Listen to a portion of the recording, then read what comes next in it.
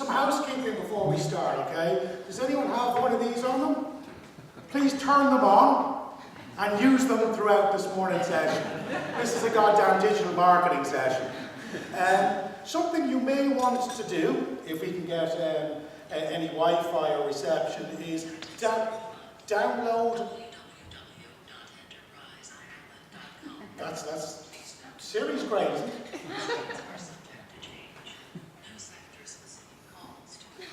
Okay, there we go. I love that.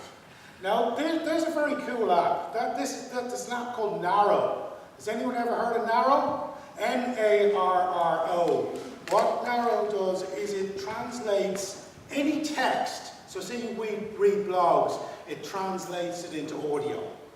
And it's kind of cool. So when I'm driving around in the car, I often have blogs and articles that I'm trying to, that I'd like to read, that I literally let this app Narrow translate. And it was Narrow that this morning just embarrassed me dreadfully. As we had our phones out, what I was trying to get at is, I want us to download one app, right? Okay, simple as that, one app. I'll give you 3 apps to choose from. So app number 1 is an app called Quick, Q-U-I-K. So Q-U-I-K, it's free on Android and iPhone, and is owned by a small company you may have heard of called GoPro. Has anyone heard of GoPro? Of course we have. So it allows us to stitch together video, photographs, and text, not to mention non-copyright music, to create social video on the fly. So check out Quick, Q-U-I-K. The second app you have to choose from is an app called Snapseed. S-N-A-P-S-E-E-D, Snapseed, and that is an app by a company called Google, which allows us to add nice filters to our images and text. Simple as that. And third app, let's throw a third app into the crack. If we decide our business is right for Snapchat or Instagram stories, an app that I would use a lot is an app called InShot. I-N-S-H-O-T. So it's great for even creating some story content that I have prepared so I can tell my story on the fly. So that's it. I think we should get the first speaker out, shouldn't we? Shouldn't we? Let's get some enthusiasm, yeah? Yeah, we should do, definitely. So our first speaker this morning is Andrew Clark, who's apparently flown in all the way from Hawaii, for this event. He set up a business called Content to Convert. He's big into the video world at the moment, and big in Japan apparently in the past, where he was peddling Irish food and drink for many a year. His business is all about content marketing, video and branding, and this morning he's going to be talking to you about defining your brand, which I always think is a bit of what people say about you when you leave the room. That's essentially what branding is. But to let Andrew speak about that, let's welcome Andrew Clark onto the stage. Great turnout here this morning.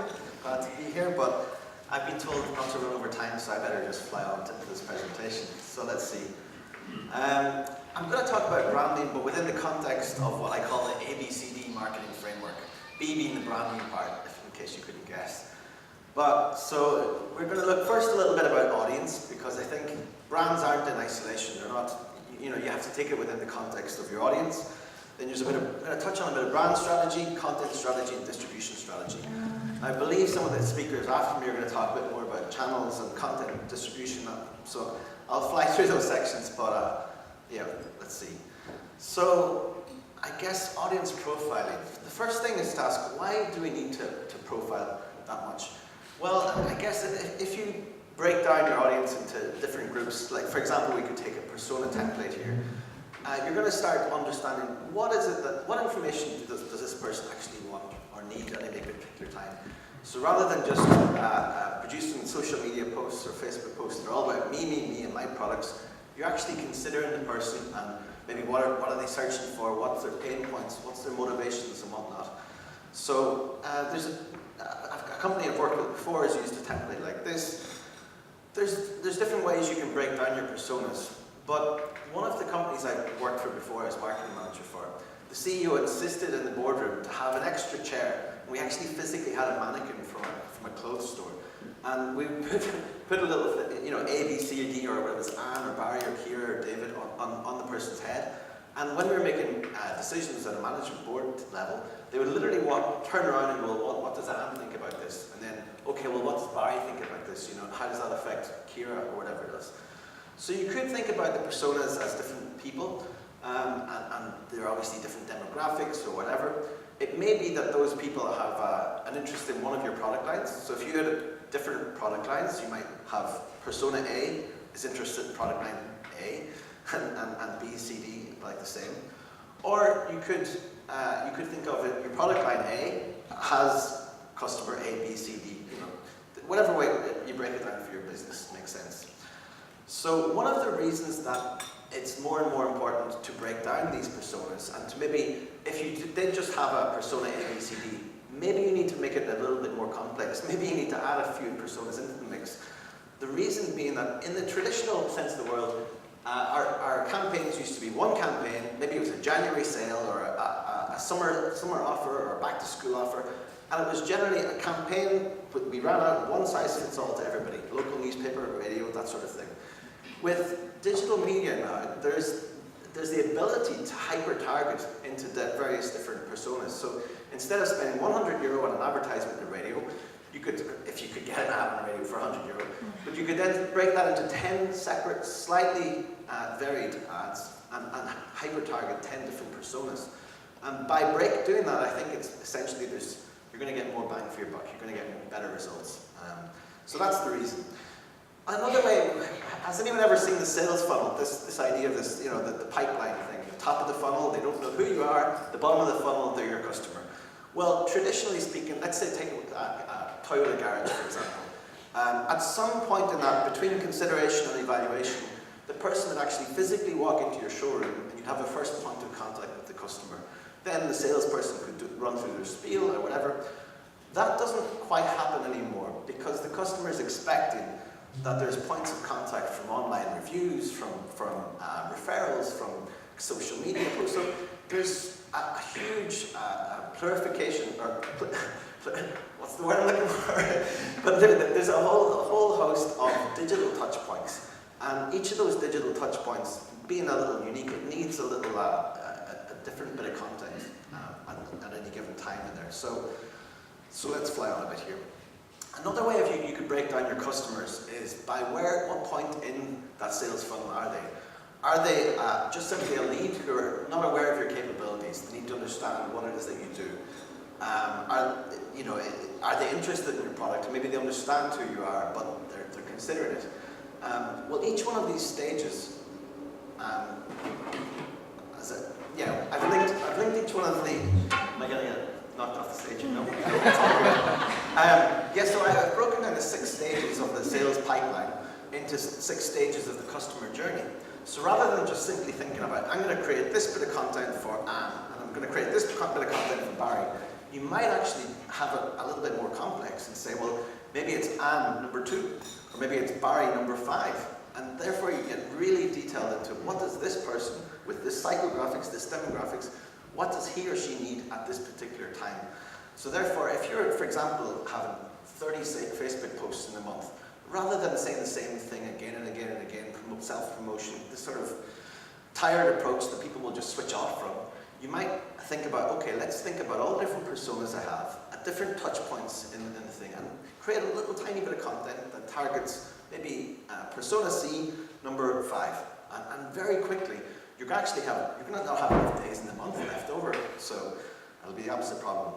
So I've linked the customer journey to different stages of marketing there. So for example, number 3, the customer wants to evaluate or investigate. So the stage of marketing is they need to influence, persuade, and engage.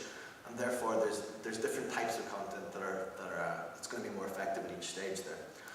So moving on into brand strategy, because that's I think I've been asked to talk about. First off, I think it's worth remembering where the word branding comes from. It's actually from branding cattle with a branding iron. And so when you think about it, it's a painful process. It's horrible. And it's permanent. And so it really needs to, you need to take your time with it and do it right at the start. That's what I would say. It's other people say it's like getting a tattoo, it's like painful, but it's even more painful if you want to rebrand or if you want to get rid of the tattoo. So again, it's worth doing right in the first place. Now when people think about branding, so often they just think of logo, colours, maybe font, if they even get that far. The purely aesthetic things. Well, I liken branding to like a website. You've got your visual side of the website, but then you've got your back end where you log in and you've got your WordPress or whatever it may be, and you've got your all of the different metadata, the important things in behind. So I'm going to talk a little bit about those. So the brand mission, the brand vision, and the brand values, I would liken to the metadata in your website. It's not the stuff that people see when they look at your brand, but without it, it's going to fall apart pretty fast. Now, I'd say that a brand that captures your mind inspires your behavior. The classical thing about that is if you interrupt somebody's, on a radio and you say, oh, we've got a 50% off sale, blah, blah, blah, you're literally beating your customer over your head with a baseball bat to get their attention, and you capture their mind, and you go, okay, they might go down to your store and take advantage of the sale that you're having. But it's really transactional. It's very much it's a one-off. They're going to forget about that, Whereas the counter to that is the brand that captures your heart, cheesy as it may be, but you're going to have a lot more of a longer-term buy-in with that person. So it's not so much influencing behavior in a singular instance, but it's influencing a longer-term, a relational type of relationship with the brand. So, the classic to that is the old Elon Musk, so I don't create companies for the sake of creating wealth, but to get things done. So we all maybe run companies essentially to create wealth for ourselves, but then we have to have another reason. That's not a good enough reason for your customers. I want to get rich. No, you need to say, how do you want society to be a better place? How do you want to make the world a better? How do you want your customers to have a better life? And so that needs to be clear. So I'm going to play a little video. How do I play this up? Let's see. Oh, it's back. Does that autoplay? Oh, no. If you could give me help. Are you a good storyteller of your own brand? Work without story is undifferentiated. And undifferentiated work has a lot of competition. There are a lot of replacements for you, right? Now here's the thing. Is story important? There is this experiment. It's called the Significant Objects Experiment by Joshua Glenn and Rob Walker. Okay, what these guys did was they went out and bought a bunch of insignificant objects at the average price of $1.25. And they hired a bunch of writers to ascribe meaning and value to each object. And then they listed it on eBay. By the end, what they spent was $128.74, and they sold it for $3,612.51. So at average price of $1.25, I think it's a 30x multiplier by adding story to it. To what you would consider a commodity or even worse, a piece of junk, at greater value. So you want to make more money? Tell your freaking story. I love that. This is from a guy called Chris Doe. He runs a YouTube channel called The Future, I think it's €600 million design agency. But he's big into that storytelling, and I think a lot of us, when we're selling a product or service, we get so into the detail of what the hat looks like, what the actual product might be, we forget to tell our own story, and I think that's one of the key ways that we can differentiate our brands. Often easier said than done, I know, but anyway. So looking at the brand values, if your product line were to change completely in 10 years' time, if you were to change wholesale all of your customers, even switch industries, your values are something that's probably not going to change because it's going to reflect some of your own personal values. They're a little bit more sticky over the long term. So what are your core beliefs? What are the things that you want to give priority to over others? Whether it's customer service or professionalism or being the quickest to market or whatever else. So what do you stand for? Then the vision. Can you say where you're going? Can you produce a vision statement? A really great question to ask when you're looking at brand values and vision and this is, if a customers of yours were to have a conversation about you behind your back in 2 years' time, after being your customer, what would you like? What would they say? What would you like them to say? Well then that's what you should be aiming for, for that positive conversation. So keep it simple, stupid. It's like what problems are you solving for who and what differentiates you? That's essentially the core of it, really. But when you're thinking about a brand, I guess it should be unique to get noticed, genuine to engage customers, and then simple enough to be understood in a very short amount of time. And ironically enough, getting those three things hit on the head is not quite simple. But so brand positioning. So I guess this is actually a slide that I've rubbed from Board B, but there's a little 4-step process to finding your own value proposition. So discover what matters, know your customers and your competitors, stand for something, and then stay consistent. Now the last two are critical. A lot of people do the first two, and they stand for a little bit of this, and they stand for a little bit of that, and you really almost have to discount a lot of options to just focus in on stand for something clearly. And there's simplicity comes from that concision. And then staying consistent is about how you roll it out across your organization. And when you scale, does it scale well like that? Do you have guidelines in place, that sort of thing? So I'm going to ask everyone to get a piece of pen and paper, maybe if they have it in front of them, or even just in their own head, just to think about this positioning statement. It's a really nice little tool to get your heads thinking at this time of the morning. I'll give you an example. For me, I help small and medium enterprises in Ireland to define their brand and publish branded content across multiple channels by consulting with business owners to produce a sustainable content strategy that attracts It's basically one sentence, and it should say who you do, why you do it, who you do it for. It's your brand positioning statement. So it's a nice template to use. And you can maybe write down 20 different variations of it, and then finally start, okay, well, I'll take this from this one, this from this one. It might even be a good case if you have employees to ask your other employees what's their impression of what your position statement is, and you might be surprised at the results of what the differences are. Another formula is the elevator pitch. We are the number one blah blah blah in whatever location, whatever market you're in, for whoever your target customers are, because we do your point of difference better than anybody else. So it's that, it's the classic, what do you do? Well, it's really hard to deliver it in one line, but these two formulas will help you to bring that concision to your value position statement. Brand personality. This is, if you were to think about five of these different elements, there's sincerity, excitement, competence, sophistication, ruggedness.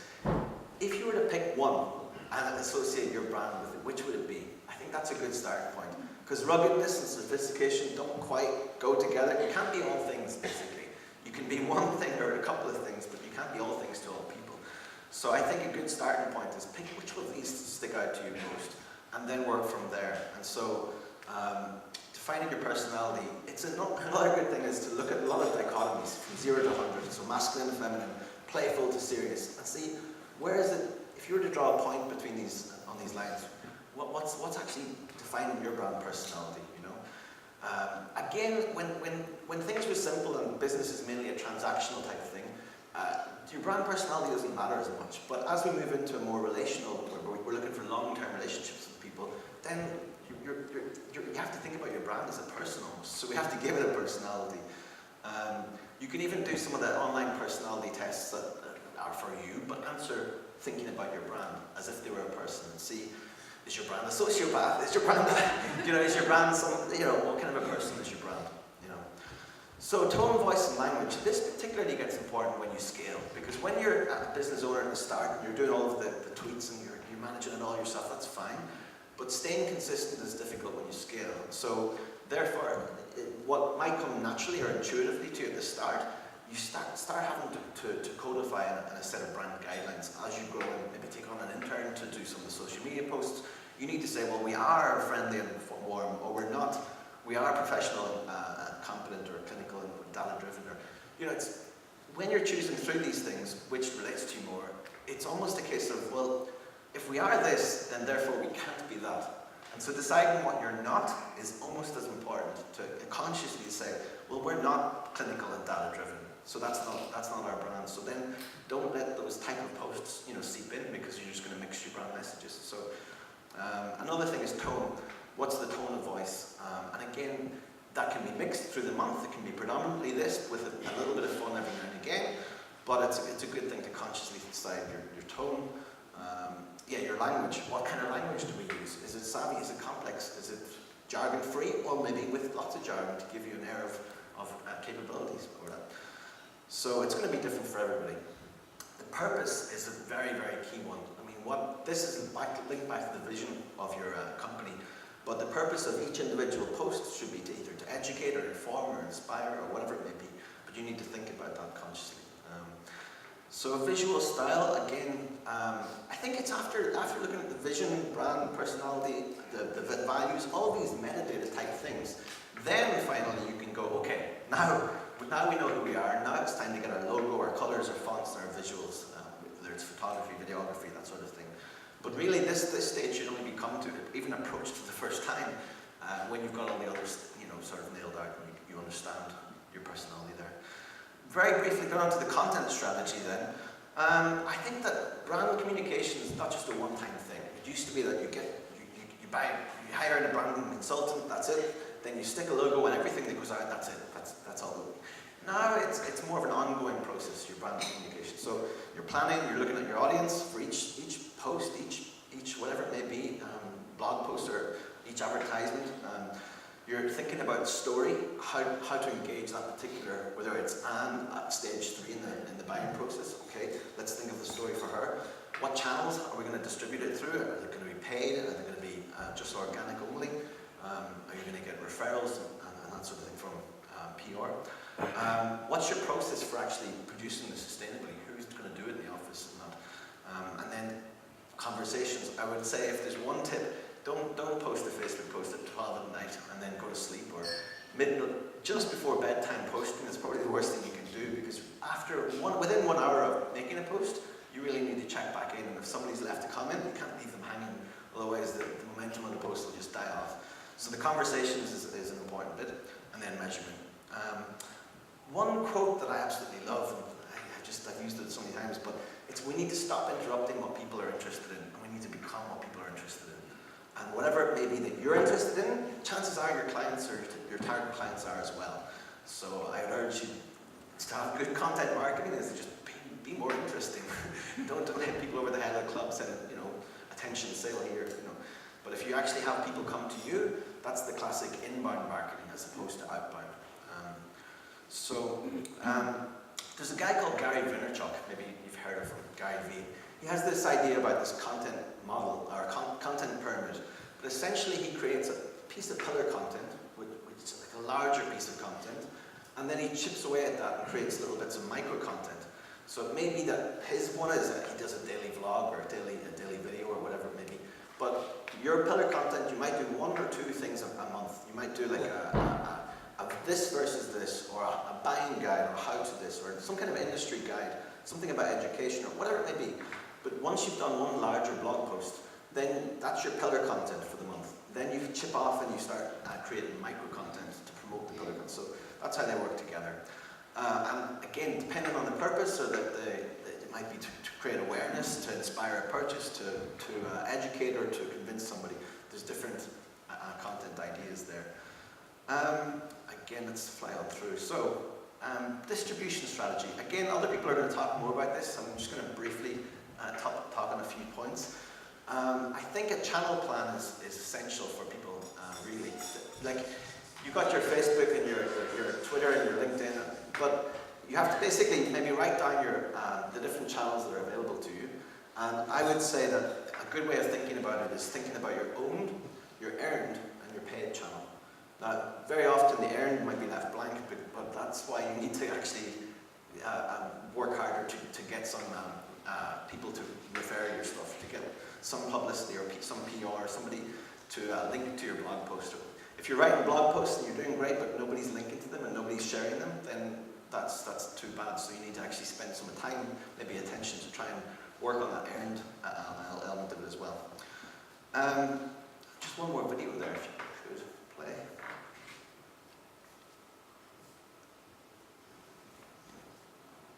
So today I want to know, how do I approach social media when I'm feeling really insecure, I'm overwhelmed with posting between business versus personal, and then getting paralyzed with fear when I'm about to post and then I don't know what to say? Does that happen? Yeah, Why do you feel paralyzed? because I don't know what to say. I don't know what to post, I don't have a plan, so then I'm just randomly posting when I get the inspiration, but I don't have a plan of attack or a direction. Then I just don't post. So I think what she's describing is maybe we've all felt that in the room, but it's particularly poignant when you don't have an overall strategy or plan, when you don't have a channel plan, when you don't have a content calendar in place. and things are just ad hoc, or you do it when you get inspired, when you feel, but then there's days when you're not inspired, you don't know what to do, and So one of the ways we can get around that is to actually produce a publishing guidelines, or produce maybe a content calendar. So maybe something like this, where you're just, now it's not every tweet and every Facebook post, but maybe the pillar content, you produce a calendar, and the other bits that you can just chip off seamlessly. But one of the things I would say in the content calendar, so it's nice to think of it in terms of this tag fee. Transparent, authentic, generous, fun, empathetic, exceptional. Different clients I've worked with in the past have used this, whereby in their content calendar they'll color code each post, and they'll try and have at least one of each tag fee once a month. So transparency might just be, okay, we're getting new furniture in the office there. People love the behind the scenes stuff. It's the reality TV generation. We love a little bit of non-polished, just take out the cell phone or take out the mobile and just capture something that's a bit raw and ready, but it's recent. It's got recency over primacy. So transparency is good where possible. Authenticity it says what it is. You know yourself. Generosity is if you're trying to give away something for free, but you need an email address, so there's always a paywall. You need something from people. Then that's not generous. Generous is simply just give something out. No, you don't need to sign up to a mail list. You don't need to just here, have it, free, boom. And once a month or two, where possible, especially if it's a digital resource, then it's nice to do that. Obviously, keeping something light, having a bit of fun on a Friday afternoon with a tweet every now and again, that's fine. But if you're looking through your content calendar and you realize, wait a second, there's nothing fun at all, well then, you know that it's like a balanced diet.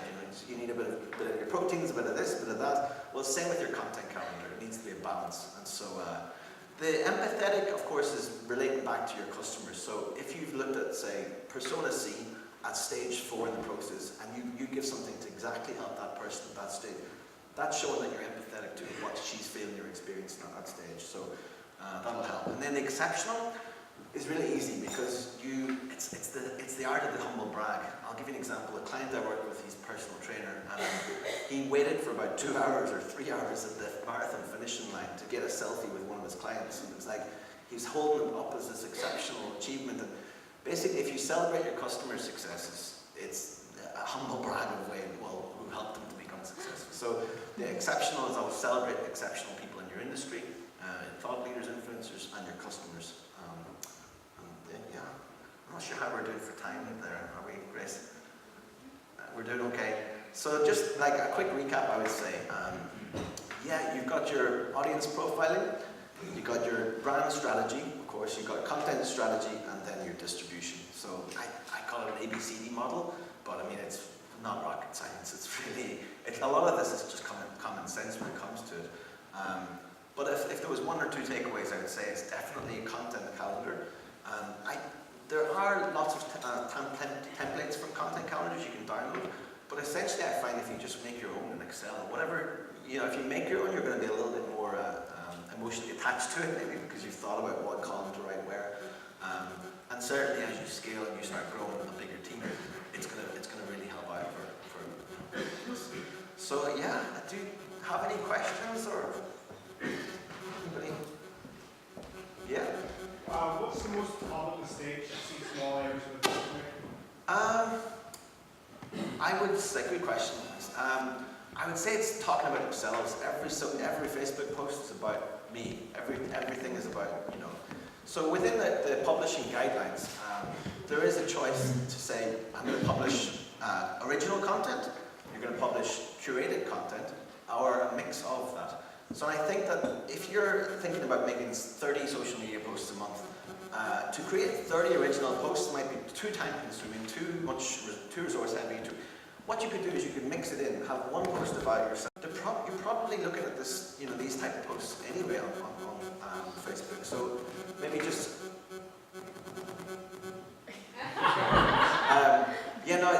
it's use the curated element as well. So you don't have to come up with something original each time. If you follow in maybe non-competitors, but other Facebook channels in your industry, and you go, well, that's interesting. If you find it interesting, probably your customers will too. And so, yeah. Any other questions or? Sorry. Yeah. The Americans are very good at saying why we're better than our competitors, and that's with the Irish, we tend to stay away from that type of marketing. Is it something we should look at, or is it dependent on your own business? It depends on the industry, and it depends on how limited or how focused your target market is. I mean, if you're in a time where you're competing with for people in retail sense, it's hard to be diplomatic here, but if you're selling stuff online, it's not even an issue because it's an expanding pie sort of situation. But if you're in a limited market space, it's going to get more competitive. But it's almost never a good idea to directly relate yourself, because inevitably, even if you're right in that instance, when it comes back to biting the butt, everyone will enjoy it all the more.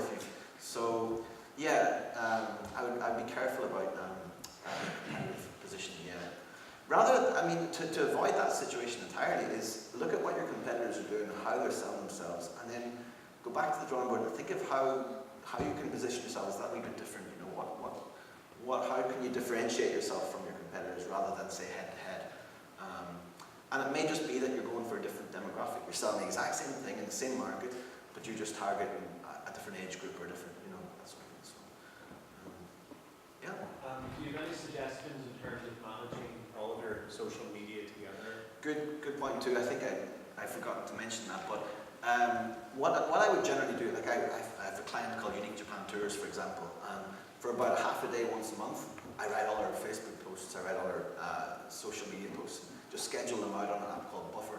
Now, there's various different apps, some of them are free. Buffer lets you have 3 accounts for free, I think. 10, you're paying like 30 or 40 quid a month. Hootsuite is another one, but I definitely think that going in and physically writing an Instagram post, a Twitter, it's not sustainable. We don't have the time, we're flat out. But a lot of these apps require consistency, and the cadence of when you post, or velocity, or whatever the frequency, people notice. It's there for the whole record to see. If you've posted 10 things in one day and then you haven't posted anything in 2 weeks, they're going to go, well, he's not managing that very well. Well, what else isn't he managing very well? So it's a visible part in your social media is what is your frequency and cadence of posting. But in order to keep up with that, or to keep up with what you promise yourself, you really need one of those scheduling apps.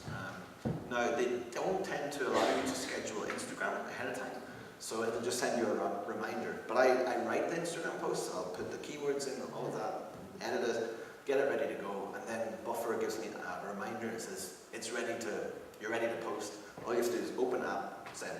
So at least all the cognitive, all the thinking, and all the writing is done in one morning, once a month, pretty much, for a half a day, and that's my Facebook post. Now, if you're in an industry where things change fast, or a post that you wrote 3 weeks ago might be seen as inappropriate, you have to obviously exercise caution, but for certain clients, it's easy to just schedule them ahead of time, especially when it's talking about curated content, when you're looking at other people's stuff you're sharing. Anything else? Any other questions? No? Wow, that's Right.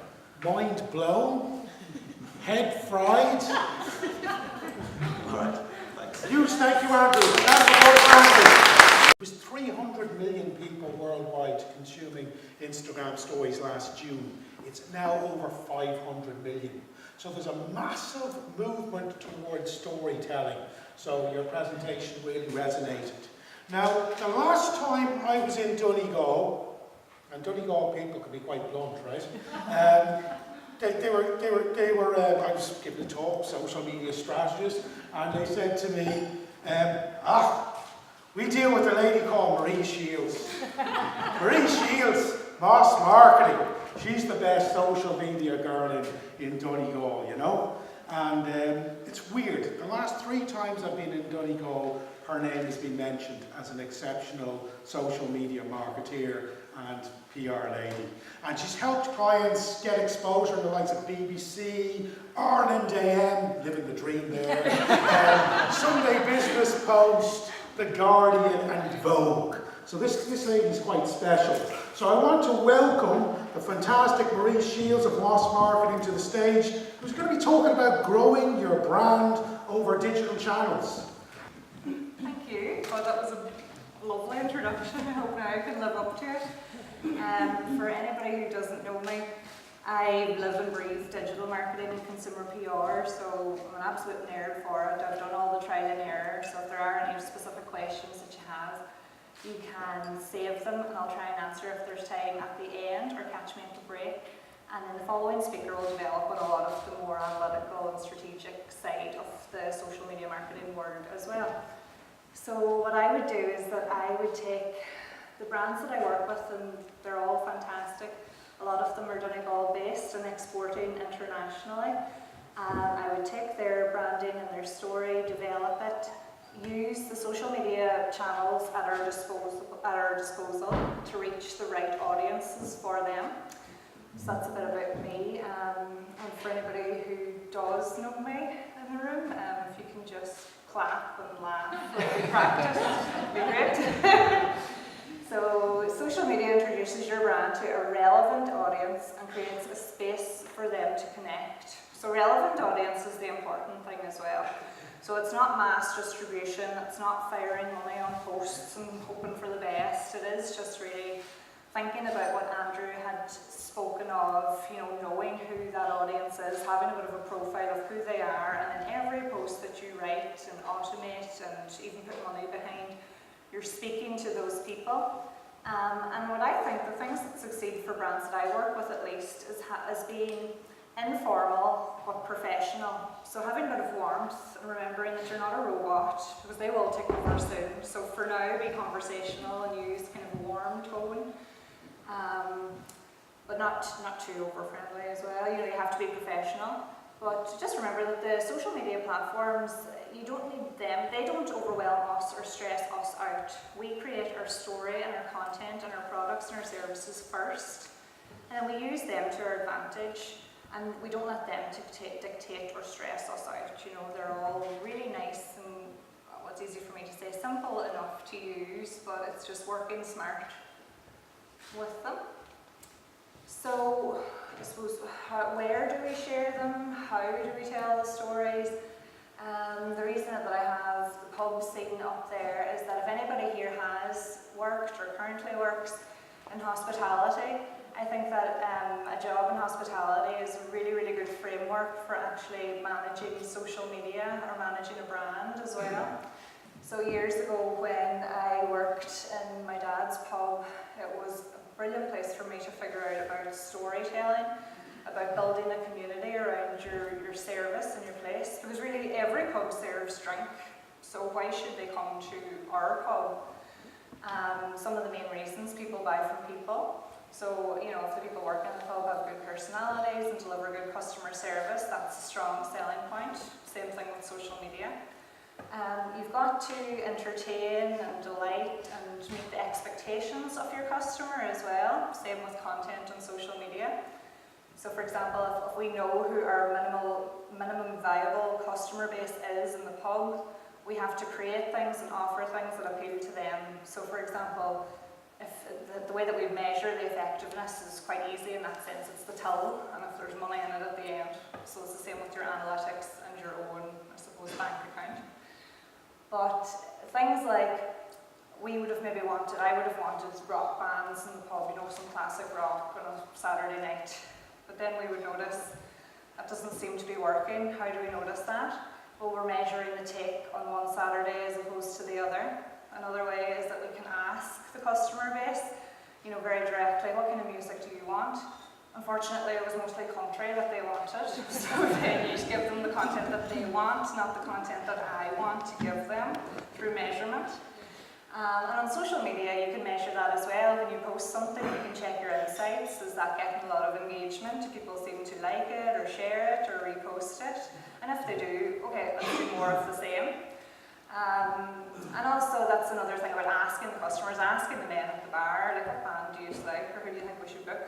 That's the same as on Facebook. You can put up a poll, if you're thinking of launching a new product, or if you want to start a YouTube channel, ask your audience that you have right now, do they think that's a good idea, and go from there.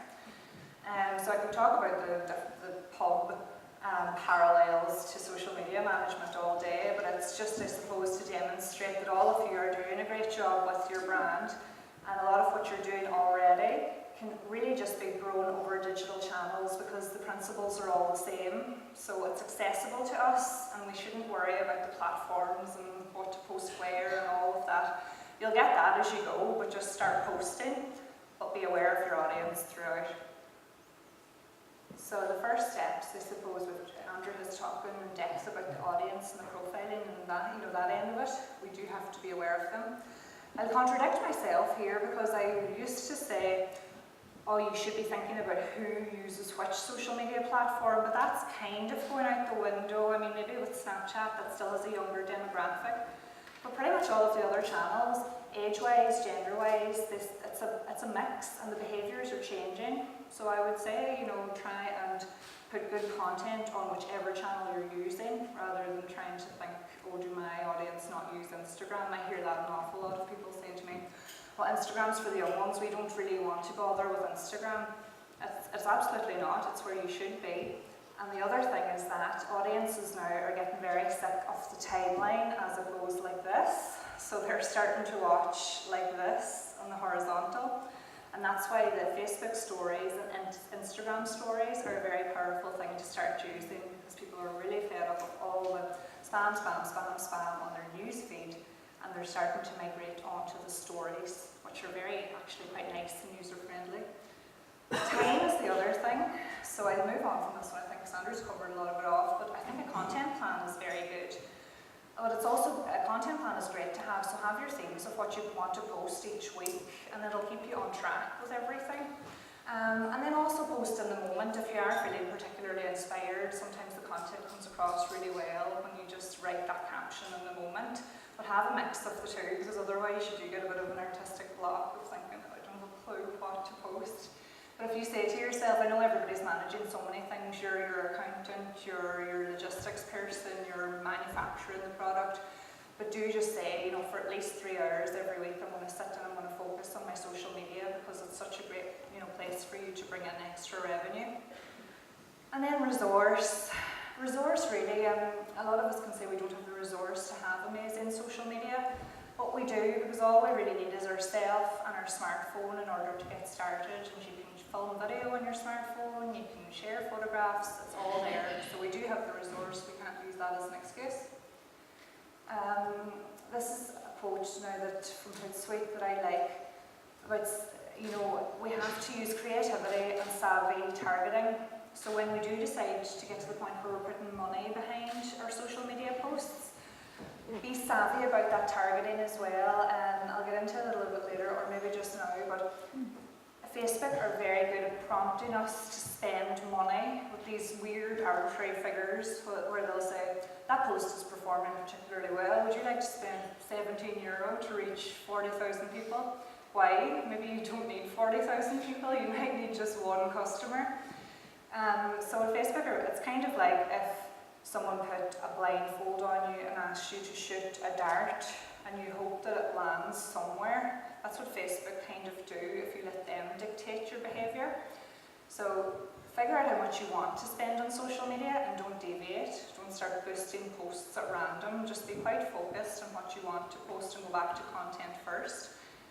But when you do start targeting is scarily accurate. It's great for us as business owners. It's freaky for us as customers or users. But knowing who your customer is and having those profiles created means that you can make, you can do your genders, age, interests, everything, and target them appropriately then when you do decide to spend money. So this is kind of the current landscape of how brands are using social media from a promotional point of view right now, but this will fluctuate all the time. And Instagram, I would say, will climb up, because of Facebook own Instagram and WhatsApp. Facebook are kind of the behemoth who have, Mark Zuckerberg has the most money and the most kind of resource to innovate and keep trying to make things work. And yesterday I was at an event, and one of the members is part of the Facebook Small Business Council, and she had said that her Facebook advisor told her that they're going to invest a lot in Instagram stories, Instagram TV, and they're going to really sort of further boost content that's more personal in nature. So if you're sharing kind of a video of yourself or post user-generated content, your customer using your product or things like that, and they're going to kind of clamp down even further on content that's promotional in nature. You know, you're 30% off, you're buy one, get one free, all of that, they are clamping down because Facebook are saying that their usership is going down because we're so fed up with ads. So that comes back to our storytelling. We need to promote ourselves in more creative ways, which is great. And also, advertising within messaging is going to become a huge thing. Facebook are going to amalgamate WhatsApp, Instagram, and Facebook Messenger into one consolidated app. And we have the opportunity to advertise within those apps as well. So it's keeping an eye on what's coming down the line. And although I think that's quite invasive, it is going to be how, you know, if we're using the apps that they own, then we're kind of at the mercy of how they want us to use them, and advertising will become part of that. So I can't really talk in depth about every single channel, so I'll give either a trend or a tip or a tool on each that I think could be useful for ourselves to put into practical action. So I've used this slide before, but I like it, I'll get used to it again now. I like coffee as Facebook. So on Facebook, you really want to be creating content that people genuinely like. Because when we like or share something on Facebook, that speaks to us as an individual. So when you share something on Facebook, that speaks to you. You know, if I share a video, I want people to think that that video is interesting, and if I'm interested. And that's how we all behave, because we're all very sort of egotistical by nature. And so as business owners, we need to be putting out content that people want to like and want to share. Do they really want to share our buy one, get one free offer? I don't know. Maybe they want to consume it, but they probably don't want to share it around. A tool for Facebook, I'm not too sure. The internal scheduling tool for Facebook is handy. You can schedule your posts in advance, and I usually just use that to automate posts. Twitter is still very much the hashtag usage. For Twitter, for business to consumer, I've never had massive success with the advertising platform within it, but I still do like it for other purposes, for networking, for getting the attention of somebody that you might want to, an influencer in a certain space. One thing that I would always advocate for people to use is if you search the hashtag journal request on Twitter. A lot of journalists are out there and they might be on a deadline and they need to talk about a certain niche. You know, they might need to talk about entrepreneurship in Ireland. They might need to talk about Brexit. You know, they might need to talk about skincare, fitness. If you catch that at the right time, and these are journalists from all big publications, you know, you could nab them, send them a quick message, and suddenly you've got some publicity out of it. It had waned in recent years, and then when Donald Trump started using it, everyone jumped back on, but it is still very much political commentary, sports. People are in a more passive mode there, so for consumer, I'm not too sure if it's useful, but other people have, you know, different experiences with it. So Instagram. So I'm not sponsored by the counter, but Instagram is it's very useful to use location tags on your Instagram posts. Even if your business doesn't have a physical location, pop on your location, even if it's just Donegal, Ireland, because there's a mad statistic, it's something like 70% better engagement rate if you use a location tag. So that's great because I suppose it just builds trust and it gives people a sense of place. And also hashtags are very important still on Twitter and Instagram. You can use up to 30 on Instagram, and a hashtag is really just a keyword that describes your business. And what I do is I save a ton of them in notes on my phone, and then I just mix and match them. Pinterest, for all of us here, I don't know, it's not a it's a slow burn. So I'll just say for anybody in the room who has a consumer product that's very visually appealing, you could look up shoppable pins that can work if you're exporting, but Pinterest is fairly aspirational. We all just pin things that we hope to own one day. It doesn't convert very quickly in real time. LinkedIn is important for all of us to have a professional profile on LinkedIn, and from a business perspective, if you don't already, I would just advise you to pop up a quick company profile as well. It just helps with your SEO, and it's another opportunity for people to find you if they're looking for you in that context. So we should be seen to be everywhere because that's where we could attract a customer. And all it requires is putting up your profile picture and a quick bio about your business. You don't have to maintain it, but you can. And then Snapchat and YouTube. I don't use Snapchat myself for marketing for anybody currently, so I can't speak too much to it in a real setting. I know it does work wonders for larger editorial companies who are distributing news out there. One thing I would say in a local context, I suppose, is if you have a physical location, what you could do is get a branded geotag.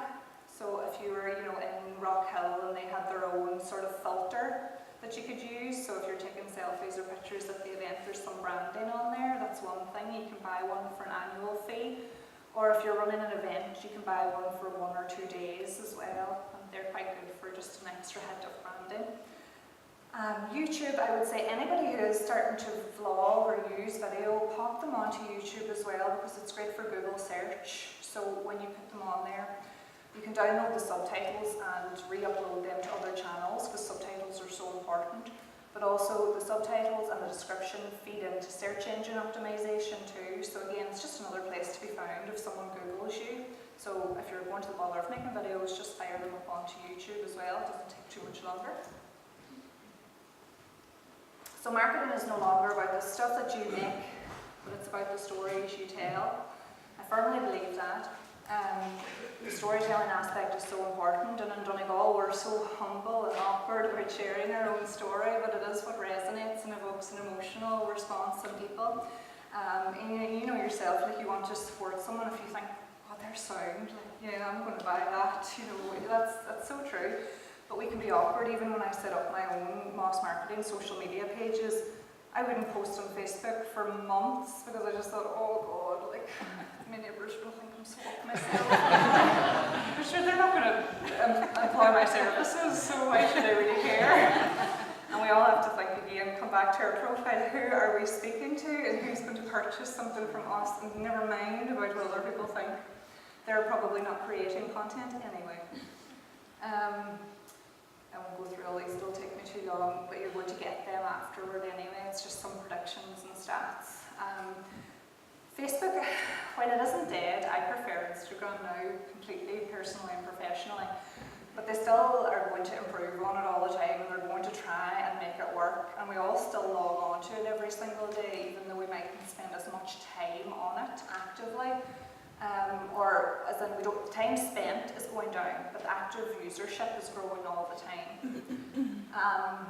I would say start to use Instagram or Facebook stories a little bit more because they're going to grow in popularity.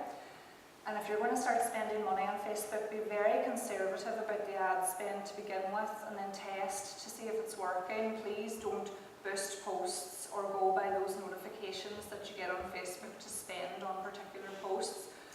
You are the owner of your own brand and your budget, so you know what's best for it. You control what you put on Facebook, and let them control what you spend and what you post. And then for Instagram stories are fantastic. If you're not already using Instagram or Instagram stories, just try and get on it now while the going is good and before it becomes too spammy as well. Because the retention rate is great. A couple of brands where I manage their own Instagram accounts, when I use Instagram stories, I see a direct correlation to traffic over to the website or direct messages asking questions about the product or service, because it's very snappy and quick and it's just so powerful. So I would use that. And if you're not currently using Instagram or you don't have a profile for your business, what you can do to get you by for a while is when you're promoting content on Facebook, because it owns Instagram, you can just check a box so your ads appear on Instagram as well, so that at least you have a base presence on there. But I would highly recommend setting up a profile and starting to use it and play around with it, because it's a lovely app. So quick fire tips. I wonder am I on for time? Can I breeze through that? So maybe I'm better for time than I thought. So we all want to be the generic white rich man in the suit, really, in this scenario, because that's all you get when you enter successful business owner into stock websites. So we probably have to try and change that as well. And then there are some tips for doing so. What were they? So yeah, LinkedIn company page, as I had mentioned. It's all for digital growth here, so another thing for local business or any business, a Google My Business page, so that you know when somebody Googles your product or service that Google My Business appears as well on the right-hand side. What Google will do is they'll auto-generate that on behalf of your business if you haven't done so already. But you can take control of that. You can claim your Google My Business page, and it's only a 10-minute process to do so, and that helps so that when people Google your business, the information that they see there on the right-hand side is something that you've controlled rather than the things that Google has gleaned from different parts of the internet. Facebook groups are still great because they're that kind of media where people get notifications if you post in the group. You know, you can create a little mini community within it. So if it's appropriate to your business, you should give it a go. Some people use them to great effect. Don't underestimate the power of your email list just yet either. You know, those emails, if somebody I know with GDPR we all kind of avoided email for a while, but the email marketing is very, very powerful because if somebody has given you that precious data of theirs, they want to hear from you. So send them, don't spam them, but add value and give them content that they want to receive, that entertains them or educates them. And I suppose make sure to clean your lists and make sure that you've acquired them in an ethical way. Journal requests I've mentioned. Video, so longer videos work best on YouTube. Always insert your transcript and put detail in the description.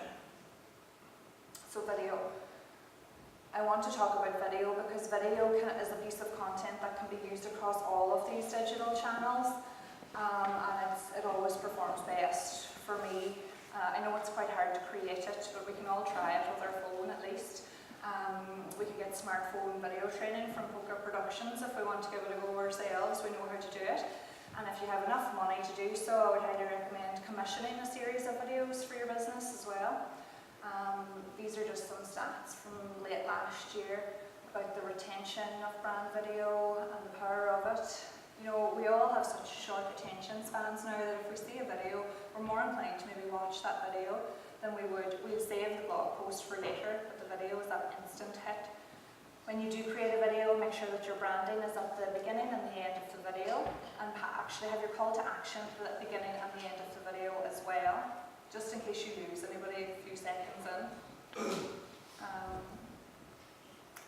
The orientation of your video square is what performs best, and that for the moment that could change again as well. So most videographers would have been inclined to film in landscape, you know, to get everything in and it looks better from an artistic point of view. But consumer behaviour and online behaviour on social media dictates that people respond better to the square orientation video. So keep it short. Videos less than 1 minute or even shorter. Sometimes I would recommend a minute really is good. And even if you can be very snappy with what you want to say, 30 seconds is great. Start and end with your call to action. Always put in subtitles or some wording because about 80% of people I'm growing don't press play on the videos because they could be watching them at work when they're not meant to be watching videos, but they're still watching, but they're not always listening. So if the important content is what you're actually saying, make sure you've got those subtitles in there as well. It's only a quick extra step, but it can make all the difference. And across channels, upload natively. What I mean here is that years ago what we would do, and sometimes we still do it if we're pressed for time, is that you would upload something onto YouTube and then you just share the link everywhere else. But now we have to take the time to upload the video to each channel as it is supposed to be viewed, because then it will autoplay in the newsfeed of Facebook or Instagram. Well, you can't link on Instagram, but wherever else, rather than just uploading it one place and then sharing that link, because people don't want to bounce off the social media channel that they're currently using. They want to stay on there. So that's what I would say for that. And that's just a little bit about organic reach, paid reach, viral reach, the differences between them. When you upload something, I suppose, and you're not putting any ad spend behind it, that's organic, and the people that you reach there have been done so without any actual money being put behind it. And then the paid reach is when you start targeting people and putting money behind it on various channels. And then viral is kind of the virality of a post is when you create something and other people begin to share it. You know, and that's one of the hardest things for us to do because there's no real mathematical logic to creative genius or emotional reaction. So it's trial and error and testing with that one. But I suppose, as Andrew was saying, create things that are interesting. And the best way for us to be interesting as businesses and brand owners is to be warm and to be human with our content and not too clinical or jargony. You know, we want to resonate with people. Be social.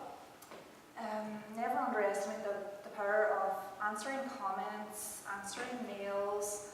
Don't leave it to the bots. What I would say is, for some people, if you find it overwhelming, you're getting a lot of messages into your Facebook page and you don't have the capacity to answer them, you can create an autoresponder to explain that in a human way. Just, hi folks, I am absolutely flat out running my business here and I'm delighted to hear from you.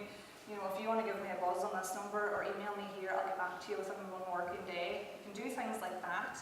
Generally, I would just try and make sure that when you do post something, like the comments at the very least, but answer people as well and start building a conversation and harnessing the community, because that's what people really like. That's, then they feel, well, I took a second out of my day to write to them, and I really appreciate the fact that they took another second out of theirs to reply to me, and that creates custom and brand advocates and loyalty. So acknowledge your comments, share user-generated content with permission. User-generated content does so well on social media, whether that's a testimonial or a photograph of somebody using your product or service. It's fantastic. It really performs so well. Depending on the type of your business, just make sure that you've asked permission, but most of the time people are tagging you anyway. They're so happy to be in your coffee shop or they've bought your product that they tag you, and that's them really giving you permission to share it. But make sure, just in case, that performs really well. And also the woman that I was speaking to yesterday who works directly with Facebook said that Facebook really do try to expand the reach of user-generated type content as well. So it's social media. It's key to build trust and relationship with your followers, converting them into a customer, retaining customer loyalty. You do have to socialize with them on social media and make sure that you're answering. Asking them for feedback is a great thing, so that they feel that they're personally invested in your brand. If you're thinking of a new colour or a new product, why not ask that community that you've already built for input? And then they are so happy and feel appreciated, and the likelihood is that they'll go and buy it as well. So it's kind of the new focus group.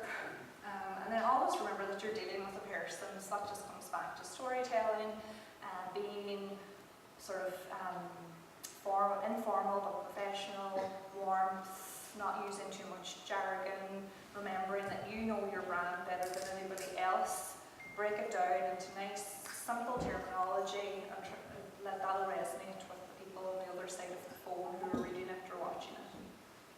So I suppose in a nutshell, create and build your brand using all of the tips that Andrew has given us. If you've already created a brand, there was a lot that was said there that we can build back in to further develop and strengthen it. Find the right channels. I'm not saying by any means that you need to be on all of those social media channels, even if you choose 2 or 3 and make sure that you're posting on them fairly regularly. What happens is you'll find the one that's right for you as well. You'll find the social media channel that really works for your business, and what you can do is maybe spend more time on that one, but make sure that you're still monitoring the others. And as your business grows, you'll have people in-house that can help you to manage all of them. Tell your brand story and connect with the right people. Coming back to what I said, sometimes you're not trying to appeal to your neighbours or your in-laws or whoever you think is judging you, or your competitors or your peers. You're trying to reach your right people, your end customer, so you're developing content for them. Test, and measure. So when you are putting out social media ads and bits of content, do check your analytics to see if they're performing, and check, you'll know yourself if you're making money from them, and build on that.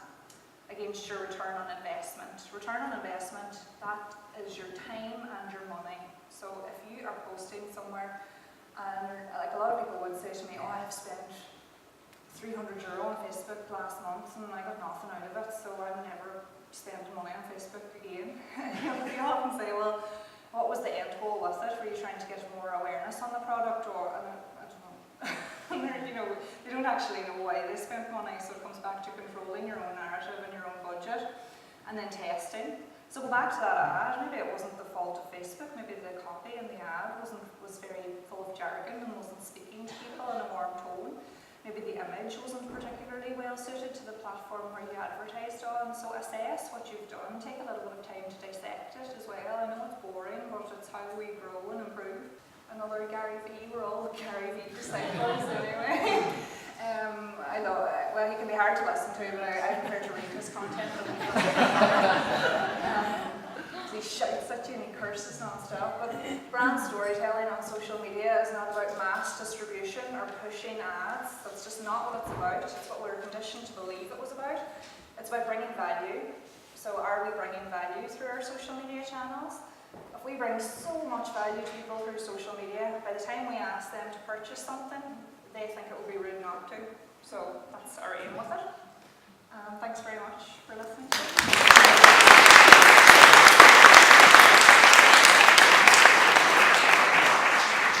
You threw the kitchen sink at that presentation. You got about a month's work in there. Magnificent. And we're just, I can smell coffee. Can anyone else smell coffee? I can smell coffee, so we're going to have a quick coffee break. But before coffee, let me leave you with a quote from a guy called Gary Vee.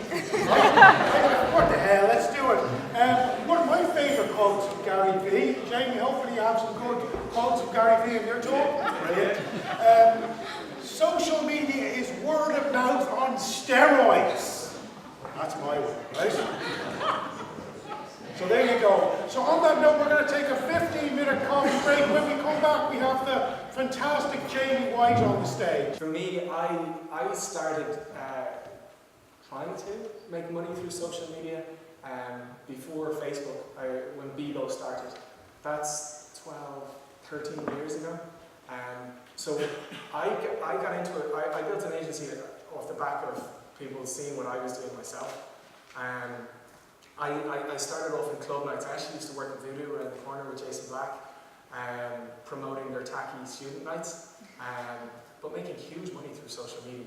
It's amazing how you promote a nightclub through social media, showing off the experience, showing how much fun you can have, perhaps suggesting how many people you can hook up with,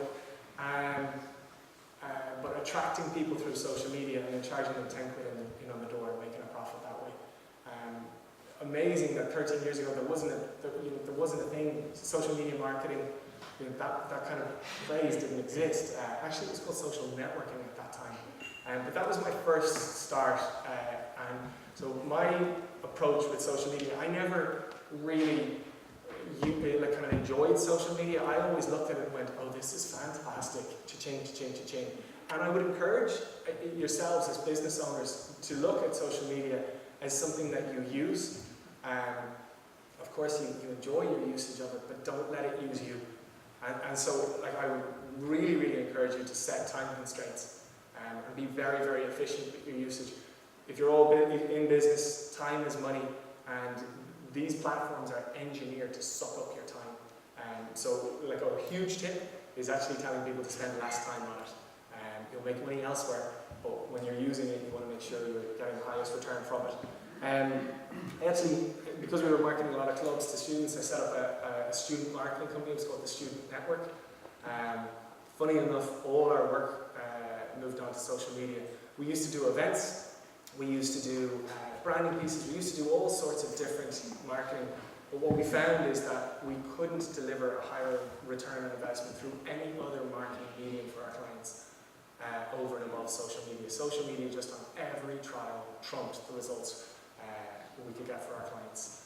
I think that's something that I can say as a marketeer. It's why I developed out a social media agency. It's just actually my own I suppose, heart. I couldn't justify presenting other things because I was amazed at the return on investment we could deliver for clients through social media. And then I went into online publishing, so I created 2 online magazines. One was called Teen Times and one was called College Times. And they had actually over 4 million followers on social media. They were big hits. But again, what was interesting is, and it's why I sold those businesses, is at the same time we were doing campaigns for clients through social media. And if they gave us a spend, we actually more often than not got them about a 5-fold return when we did social media work for them on their own social media versus social media work for them through our magazines. So what I mean by that is, you might, for example, say, pay to have a story featured in Joe.ie, or the Irish Times, or a local paper, a local online presence. What I was amazed at is that when we put the same spend into a business's own social media, we got a 5-fold return. that's something really, really interesting for yourselves, that you might think, oh, do you know what, we'll pay such and such to endorse us. Actually, just putting a little bit of thought into your own social media will give you a much higher return. I was sickened when I had this as a business, because I think to do well in business, you have to be passionate about what you're doing. And if you're selling something and you know in a much easier fashion you can give a client a much higher return, well, for me anyway, I lost my heart in it. And what was nice was to be able to sell them. What was even nicer was to be able to go back to clients and say, look, I know you like that work. Think how much you're going to like this. And I say that to yourselves from, I suppose, being on the other side of the table, and let you know that, like, there's a reason why you're doing a day on social. Because it brings so much value to businesses, and it does it in such an easy, uncomplicated fashion, provided you see it that way. Sometimes we overcomplicate things. Do you know, I'll waffle. Who cares about what I do? Main thing is that we have this fantastic social media agency. It's called Leading Social, and I say fantastic because it's built on being a client. It's built on, you know, actually using social media to make money. Learning from all the experience we do at our own expense. Because sadly, sometimes agencies get so caught up on their own work that they learn at the expense of clients, and they learn at client time. I like to think that as an agency, we learn at our own time, and we get to impart the lessons we've learned to our clients' benefit. We work with cool clients, got a load of awards. Anyway, 3 key insights. 3 key value adds. And again, I think parts of these will be covered, but is anybody feeling a question? Anybody brave? Anybody want to present themselves? Nope. Okay, don't assume you know your audience. It's probably one of the biggest things that I say to clients when it comes to social media is don't think you know your audience. Don't say our clients like this. Because the whole thing about social media is that it's so easy for clients to give feedback. Now, oftentimes you have clients that are a little bit scared and they want to turn off comments because they don't want to get feedback. But remember, every time you get a bit of feedback, the fact of the matter is it's always like 1 in 10 gives feedback. And if they're saying something, chances are a lot of other people are feeling that. And it's an amazing medium to learn more about your audience and as a byproduct of that, actually refine whatever it is that you're doing in business. So don't assume you know your audience. Trial, experiment, learn, and refine. And you know, when I talked about that little approach of kind of doing things on a weekly basis and then reflecting back, it's amazing how social media gives our clients the opportunity to learn from their clients and become a better business as a result. So don't assume you know your audience and actually use your audience to learn from them. And this stuff about, like, you know, there's all this, oh God, Facebook knows so much. You touched on this. People are anxious. Let them be anxious. As businesses here today, it's fantastic to exploit.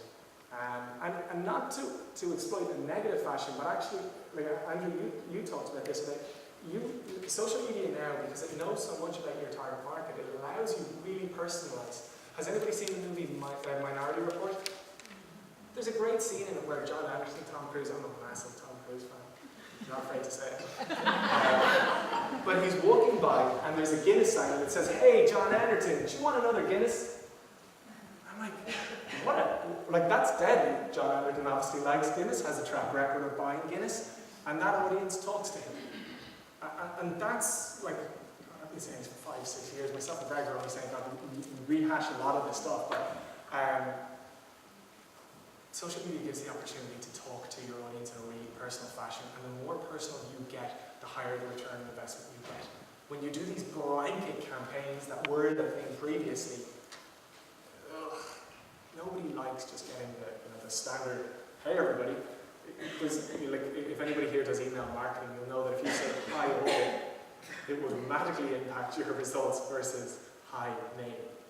People like personal touches, and that's what's brilliant about this. And, you know, in the recruitment space, it's fantastic because you can actually search up all the people who have a job in this space, and you might say, "Life must be shit as an accountant, but how have I come into this field?" Joe, but you can talk to people, and that's fantastic. We did a great piece of work with KPMG. They were mentioned as a client where KPMG recruit like mad in this mill program for graduates. And And we broke the campaign down to specific colleges and specific college courses. So for example, say one of our ads was, you're in business and law, you're in your final year, and you're wondering which of the big four to go to. Here's why you should choose KPMG. That came up in the news feed for somebody, and that talks to somebody who's in the final year in business and law and wondering which of the big four to choose from. We did the same with Trinity students, we did the same with commerce students, we did the same with about 100 other people. A lot of what we do, like Andrew gave literally trial 3 posts. Oftentimes we really shock clients and we say, okay, we're going to create 150 to possibly 250 of this one ad for you. But it is shocking how worthwhile that is, rather than just pumping a big spend into one single ad. So that's something to consider. It's the exact same way in a social environment. And you will spot someone here today that will say, hi, my name's Jamie, I do this. Hi, my name's Jamie, I do this. Hi, my name's Jamie, I do this. Hi. It gets really boring, rather than, hey Greg, tell me about you. That's fantastic. I actually do this. I think we could really help you in this respect. Hey, what do you do? That personal touch is everything. We're all familiar that it's everything in the real world. It's the exact same in the social media world. And what you will notice more and more as I go on or anybody else speaks is that all the stuff we're really familiar with in the real world correlates in social media. And when you get that barrier out of your head, this whole world becomes so easy. And actually, as I said, fun to use. And you'll find yourself less and less used by it. I go into the data, but I don't think you'll dig into it. Best listeners often make the most engaging conversations. That hammers home my first point. Don't assume you know your audience. Learn from them. And when you've learned or when you've listened to them, personalize your approach. It's so worth it. The big thing I'll impart to all of you, who here runs their own business? Hands up. And in running your own business, it's a lot harder than I imagine you initially thought it would be, correct? Yeah. And any time you thought, you probably got into it thinking it would be a lot less difficult than it actually is, correct? Yeah. The fact of the matter is, social media, it is work. I don't think it's too hard, but it is work. And all the time when you hear, like, there's this little cheat here, or there's this little thing that if you just do it doesn't work. But the actual hard work pays off in this space, and actually cutting corners really hits you hard. And that's what we're all familiar with as entrepreneurial types, as our worker types. When we try to cut corners, it comes back to us. When we work hard, it delivers for us. It's the exact same again on social media. The second thing, and it's a point I've already made, is with your approach on social media is trial and experiment. So in saying don't just assume you know your audience, you have to trial and experiment, and don't be afraid to trial and experiment. I don't know why we all think we need to be perfect all the time. I actually think sometimes when you make mistakes, it makes people like you all more. You're human, and again, people work with people. So don't be afraid to make mistakes. Sometimes putting your hands up and saying, whoops, we made a mistake, shows off how human you are and actually makes people want to work with you that bit more. If you're all the time perfect, people sometimes see through that, and I think you miss an opportunity to connect. But a lot of time people, when it comes to marketing, they want to be perfect, and they end up falling on their face. Sorry, just over-stressing, apologies. But actually, when you just have a bit more human approach, I think you'll do much better. So trial and experiment. This kind of thing, this is a stat that's all over the internet. You're lucky if you get 8 seconds of attention from the consumer. I would say you're lucky if you get half a second. It's a bit it's a really challenging thing, by the way, standing up here and talking about social media, because the stats change all the bloody time. And this 8 seconds, I think, is dated. And it's dated because this one I think is real, but the average consumer scrolls through 90 meters of content a day. And that's either up and down or to the right and left. Any Tinder users in the room? It's probably about 100. But it's something to really consider. People are flying through news feeds, and I don't think it's 8 seconds. I think it's a half a second. I had a bit of experience. I'm constantly doing my little trials and experiments at the moment. I'm promoting a Paddy's Day rave, as you do, and I was amazed the guys are concentrating so much on this video for release, and it's gone through about 100 iterations, and the thing I keep saying is, guys, people are going to watch this for all of about 2 seconds, if we're lucky. And so that striving for perfection in your post sometimes isn't necessarily the thing. Just actually highlighting, a human, natural way you can actually see it through. That striving for perfection can hold you up massively. A lot of actually the really successful pages we manage, the posts are so unpolished that with a previous marketing brain on it, I look at the posts and I'm like, oh Jesus, I'm not too sure if they look the best, but they seem to deliver so well. We've kind of hacked a few growth patterns all through this trial and experiment method, and for some reason people like not necessarily perfectly polished, but just to a point. How am I doing time-wise? I'm really bad time-wise. Okay, any quick questions? No, I'll run through this. 90 meters, we live in an attention economy. What are you going to give me in exchange for? Big thing when you're thinking about posting, don't sell. I'll go into this 80-20 thing. So yeah, 80%. 80% is adding value. And I think both of you touched on this. Both of you would have to touch on this. That when you're posting, don't think of your own agenda. Think of the agenda of your consumers. Deliver value to your consumers through your posts. Give them value. Show the value you've brought to your clients, and show how you did it. People will follow you. People will appreciate that. And when people have probably the exact same question, they'll want to go to you yourself, even though you've answered it, but you've displayed expertise, and people are always anxious with their own.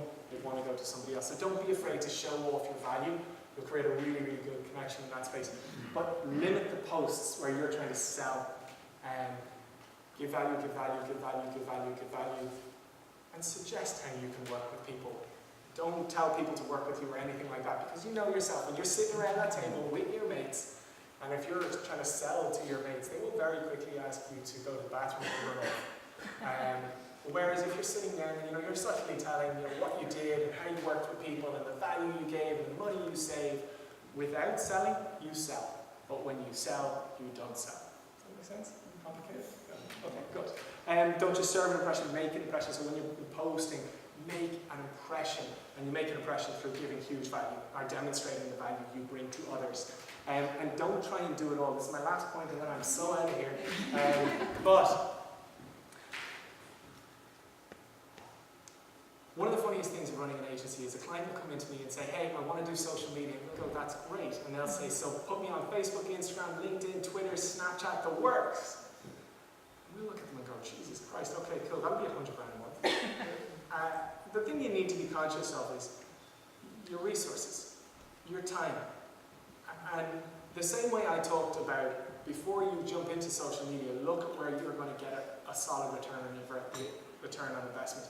Is that going to be in social media, or is that going to be in networking meetups?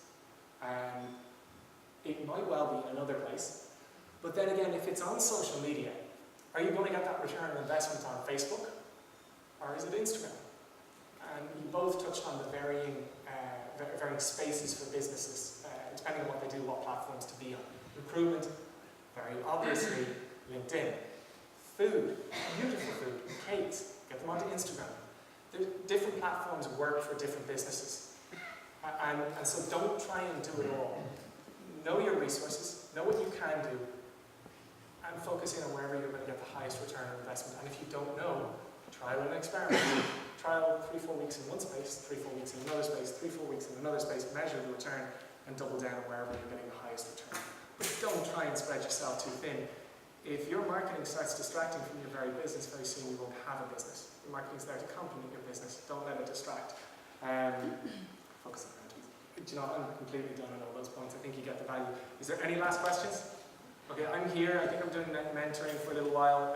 If you have any questions, I'm just at Jamie White on like YouTube and Facebook. Round of applause for Jamie White.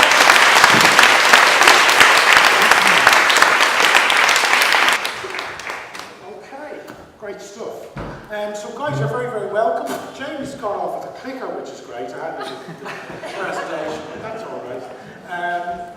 But guys, I mean, straight up, why don't you tell everyone your name and your business and one digital marketing tip, something that you found useful that will break the ice. So first up. Okay, I'm Anna Good. My business is Whole Green. We have a health food vegan cafe in Letterkenny, and we recently opened a yoga wellness centre upstairs as well. So we've two completely different websites, and not websites, Facebook pages going, which is interesting.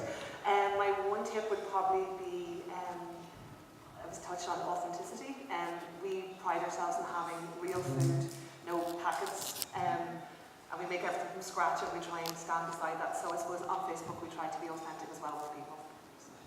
Brilliant tip. Yeah, there's nothing worse than seeing some tacky American stock photography image promoting your business. It's about you and your products. So that's a brilliant tip. And it's Richard. Yeah, so I'm Richard. I'm from the County Deli in Letterkenny. Started off as a wine shop and then developed into a deli and then a cafe as well. And I think my tip would be it's very easy in our business to look at other cafes and everything is just perfectly Instagrammable. Every single place could be a carbon copy and cut and paste into the next cafe. So my tip would be show a little bit of personality, particularly in your business and also from both your customers and your staff, and show a little bit about that and just don't be a sort of cut and paste of every other specialty coffee cafe that you see. Yeah, looking at some of your stuff, quirky I'd nearly say, which is a good thing.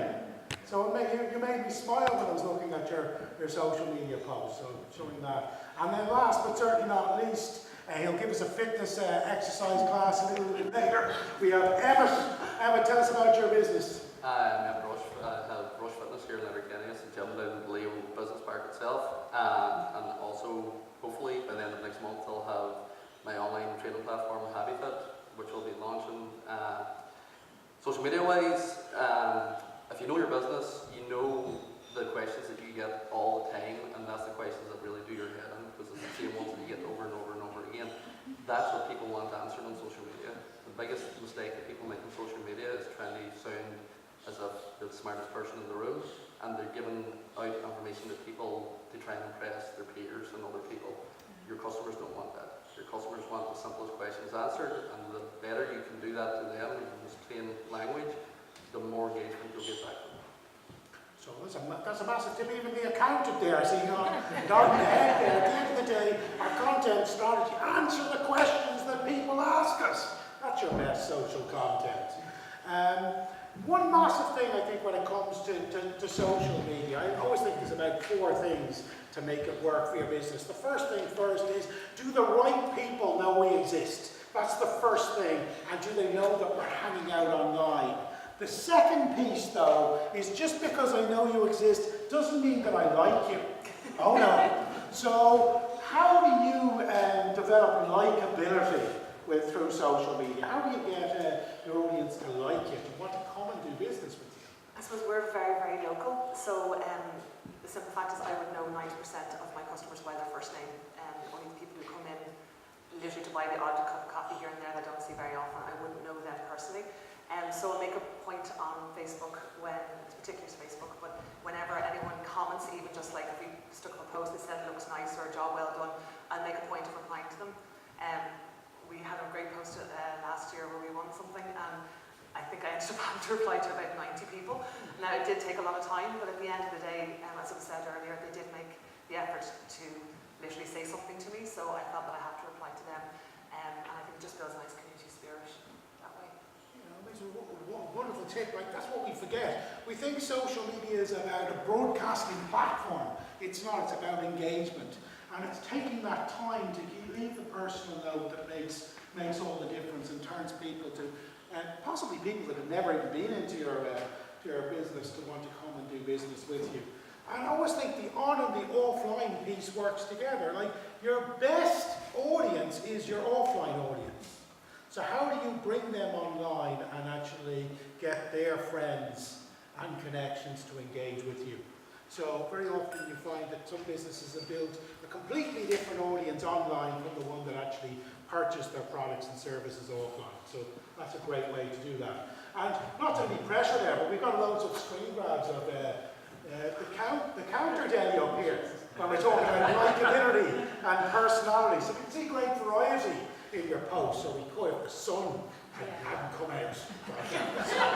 So Richard, tell me about how you build likability through your digital efforts. I think the one lesson we've learned is not to just put out what you really like. I'm obsessed with certain parts of my business, and the problem is that this was what I realised particularly through reading books by Seth Godin, who I've seen a few quotes with, is the importance of the term tribe. Because over the last 10 years, I think we'd like to think we've built a tribe of people, because we don't want to appeal to everyone, because we don't have to. We have, as one person put it, 1,000 true fans, people who hopefully will build a business in itself, and the rest of the people can go and forget about it, because you're not for me. We have a specific type of business, and we concentrate on the people that we're going to actually supply to. And the way we kind of try and judge what we're going to put is that we get inside people's heads and ask the questions. You know, people like us buy things like this, or people like us want to do events like this. And once we kind of flip it and think, well, that's how they think, what do we do then to make sure that we're actually providing the products that our tribe want? What events would they like to go to? And that's where we're really pushing it now, because we feel we've got to the point where we do have a good community. We're not going to go and try and find loads more followers, because I don't care. We don't use a lot of hashtags on Instagram, because we're a very local-based business. Having somebody over in Sri Lanka liking my picture of a cup of coffee doesn't serve me particularly well. So it's very much around, we're big on events, we're big on physical contact, and the way we use social media is to try and garner that to get people to those events. Even some of your posts, even just having people in your post, it's bizarre. People love to see themselves. They really do. And even just showcasing happy people in the counter daily certainly makes me want to come there. It's as simple as that. And you've thrown great humour as well. You've got, there was the ugly sweater sugar cookie kit that grabbed my attention recently in my busy news feed. As regards yourself, Emma, how do you build likability on digital? Giving out honest information to people, I think, especially in the fitness realm. There's so much misinformation out there that a lot of the times my posts will focus on certain things and try and break it down into the most simplest form for people. Or if I see a question coming up over and over again, I'll try and break that down and answer that question. And there's times where it's just a flat out rant about stuff. And they would be some of the most popular posts in my life. As they're talking about something. Do you know what people love? People love goddamn passion. Yeah. They love passion.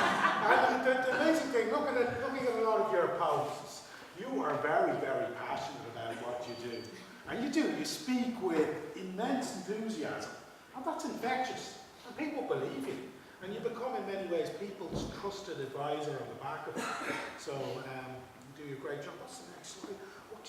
God, we haven't done this one today. You can't even see this slide. Telling your story.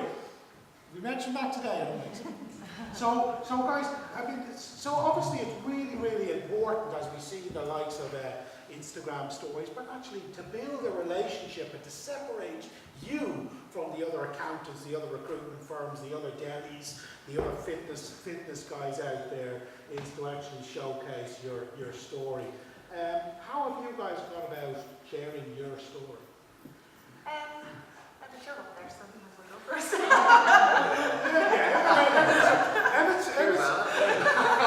Emma's not afraid of putting himself out there, which is great. Not really. See, I was with Brad answer now. So, story-wise, again, it comes down to the relevant content for your audience and breaking it down. Every one of these, if you know your business, are able to talk about your business. So whenever you're doing a post, you're not doing a post to anybody in particular, you're doing the post to the camera. So a lot of your fear comes from, again, worrying about what other people are going to think and things like this here. So if you can give out your best information for free, again, people don't want to do that because you think, well, if I tell them to do that, they're not going to use me. Why would they need to use me if I've already told them how to do it? Because you're building yourself as the authority, as to you're the person to go to for that particular thing. So if you're able to do that, people will use you because people are lazy and they don't want to do it themselves. So if just using yourself for the currency type thing, I'm not going to sit down even if I knew how to do it and try and do all my own books on top of everything else. But if I can see that you know what you're doing and you're giving out the information on this is how you actually do it, this is how you would structure it, this is how you would do X, Y, and Z, then you're the person who's going to be in my mind when it comes around that time in order to do it. And if you know your business, which you should, then everyone is able to do that. So that's the sort of content that you should be putting out there. And that will tell the story for you, that one, you know what you're talking about, two, you're able to deliver it for all the clients if you've got success rates in that, and then 3, the person to go to because they're the expert in that area whenever people come time to do tax returns or something like that. And I think the weird thing is, and what we often struggle with in the digital marketing world is we want to be perfect. My hair was sticking up like a golden crested cockatoo. I'll have to comb it and redo my video. Like all this mad stuff that we actually prevent putting ourselves out there. The weird thing is if someone walks into our business and my hair's sticking out, that's just the way it goddamn is. Live with it, that's the real me. So what we often forget when we're trying to tell stories online is we try to be too perfect. And the weird thing is when we're too perfect, we're not believable. No one trusts us. So, you know, Emmett Graney puts together a lot of Facebook stories and Instagram stories where he shares really valuable, useful advice on a daily basis. Is the lighting perfect? Is the picture perfect? Is everything perfect? Heck no, it's Emmett sharing valuable advice. He's leaving with the great content that he's sharing, you guys, not a Hollywood blockbuster production. And that makes it more authentic and more believable. And I think when it comes to storytelling, we've got to be aware that the more polished our content may be on digital, maybe the less believable and the less successful it might be. So I think you do a fantastic job. As regards the counter, Denny, how are we telling our story? It's a kind of subtle thing, I suppose, for us. For example, for us, our staff are very important because if we don't treat our staff really well, then our customers aren't going to have a very good experience. So we do put them through things like exams, so we'll pop up a few certificates on our page. Just again, it's kind of planting the seed that we're both professional and our staff are very important. And we also treat them well in terms of nights out and stuff. So you saw your picture of that there. It's a very subtle thing, but it is something we truly believe, and I hope that gets across the human side of our business as well. It's not always about the customer either. And I think people need to know that there's a lot of personality behind the till as well. So that's kind of the way we get our story across. Showcasing your people is a massive thing when it comes to storytelling. Absolutely mind-blowing. We have a manifesto inside our shop, which hasn't actually been up on quite a while, so it matters to get up tonight. But we just like to try and bring those core influences that are on the manifesto in the shop onto our posts. A lot of times we'll reference back to the fact that we are still a baby business, we're only up and running 3 years. I was useless, I still consider myself, I want to give it over-analyzed and everything, so I still consider our Facebook and things not up to scratch, but I will always try and reference back the fact that we are new, we haven't been running that long, that we came from a mountain country market, you know, that we are still developing, so I think just constantly referencing back to the past kind of builds the story of where we are now. And again, what you're being is you're being honest and you're being authentic. And maybe you're even being slightly vulnerable. And that's very, very attractive. It really is. So often we're just afraid to do that. And I think what we've really learned this morning is digital marketing is about being exactly like we would be in the offline world. It's not being somebody turning into a robot wooden person. It's actually just being exactly like it would be in the real world. I think probably one of the simple things I could definitely advise businesses, it's not even social media on your website. Put your story page on your bloody website, because it's the first thing I go to when I look at a business. And we spent a lot of time, thankfully, doing ours for a while, because you know your story so much, you think, oh geez, no one's going to want to care about this. But I'm pretty sure in your experience you've probably seen that the stories are what people want to know. How did your business start up in the first place? That's probably one of the most interesting things. And who do we create a story for? Our audience. And so often, a mistake that we will often make with our digital marketing efforts is we create the story that no one wants to read, or no one wants to watch, or no one wants to consume. And we force upon the boring stuff on top of people. So I think it was the late great Steve Jobs said, brilliant technology companies create brilliant technology and then they market it out to their customers. And then he said, Apple don't do that. He said, we start with our customers and we work back towards the technology. So think like your customer when you're telling your story. So create the story that they want to read rather than the story you want to force upon them, because there's a big difference there. So very often we haven't even planned our story. So the word content marketing, The definition of content marketing is a strategic marketing approach focused on creating and distributing valuable, relevant and consistent content to attract and retain a clearly defined audience and ultimately to drive profitable customer action. Right? So that's what we've got to plan for. So sometimes we see people storytelling online and we think they're just doing it ad hoc, they're just literally naturally good at it. They're not, they planned it. So plan your stories. God, I'm really excited, we have another slide. What's next? Oh, the power of images! Now look at that beautiful image, can you see it? What's the hashtag today again, do we remember? Making it happen. Making it happen. So tell me about images. Now I have to say, Anna, some of your images I've loved. You can see some of them there. They're very, very powerful and classy and endearing. Tell us about how you use images. I was very lucky last year. Grace will probably help me here. I went to Castle Grove for one of the food photography courses, and it made a massive difference to our posts. It really, really did. Just figuring out how to use your smartphone properly was phenomenal. And then you were saying downloading Snapseed. I use Snapseed, and it's a great, great tool. And I think just keeping things simple. They don't have to be too flash. I don't go in with too many of the GIFs and all that kind of crack. But at the end of the day, keeping it simple, I think then people will take more notice and then actually take the time to read the message.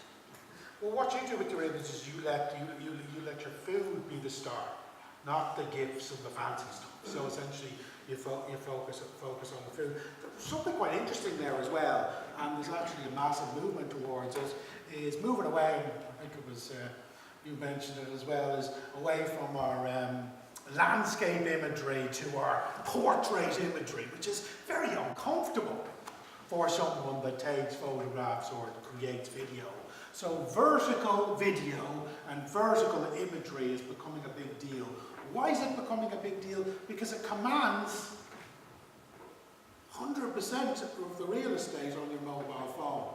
So one thing I've liked with some of your images is they're really nice vertical images, and when I was scrolling through Facebook, they were literally absorbing 100% of my attention. It's brilliant. And the thing I like about that is you're saying you're using a smartphone. So we're not talking here about hiring someone and it costing us 10 grand to make a couple of images. We're using the tools that are free to us in an intelligent way. And we're not overcomplicating our imagery to keeping it simple so the picture stands out, not the quirky GIF that's distracting people. Anyone else? Anyone to add on the imagery? Any tips, tools, tricks? We're very big into events because it's one of our strongest marketing points, because getting people in the room, as I say, word of mouth is still, I think, massively important for businesses. But one tip I learned is get a photographer. Or get somebody to do it, because whenever you're in the middle of an event, you're so busy with so many things to think about, and you just think, I took a few snaps and they look horrific, and you've created this buzz, and then no one gets to see it. So occasionally when we have done a couple of events, even if it's just somebody who takes a video on their iPhone and then edits it, because you can get tremendous, obviously videos from iPhones, you can get somebody that takes the pressure off from actually doing it yourself, and the results can be pretty astounding once you get them. And then you can, as you said, you can use that for months on end by cutting it, editing it, reposting it, just to advertise other events. But having that captured is amazing, but having somebody who knows what they're doing is definitely something worth having. What's the biggest social media in Ireland at the moment? Other than the pub, which we talked about earlier on. But other than the pub, what's the biggest social media in Ireland, do you think? It's WhatsApp. WhatsApp by a considerable level now. So, I would say WhatsApp has to be part of our digital marketing strategy. We need to figure out how we can use WhatsApp in our business. But talking about the events thing, where WhatsApp can be great, is if I have 6 or 7 people at the event taking photographs, sharing it in the WhatsApp group, that gives us fantastic imagery that we can then repurpose and use later. So I find WhatsApp magnificent for events. Emmett, anything when it comes to imagery that you want to, any words of wisdom? Do it, post it. And many people in here today have actually taken a photo and put it up on Insta or your stories or Facebook.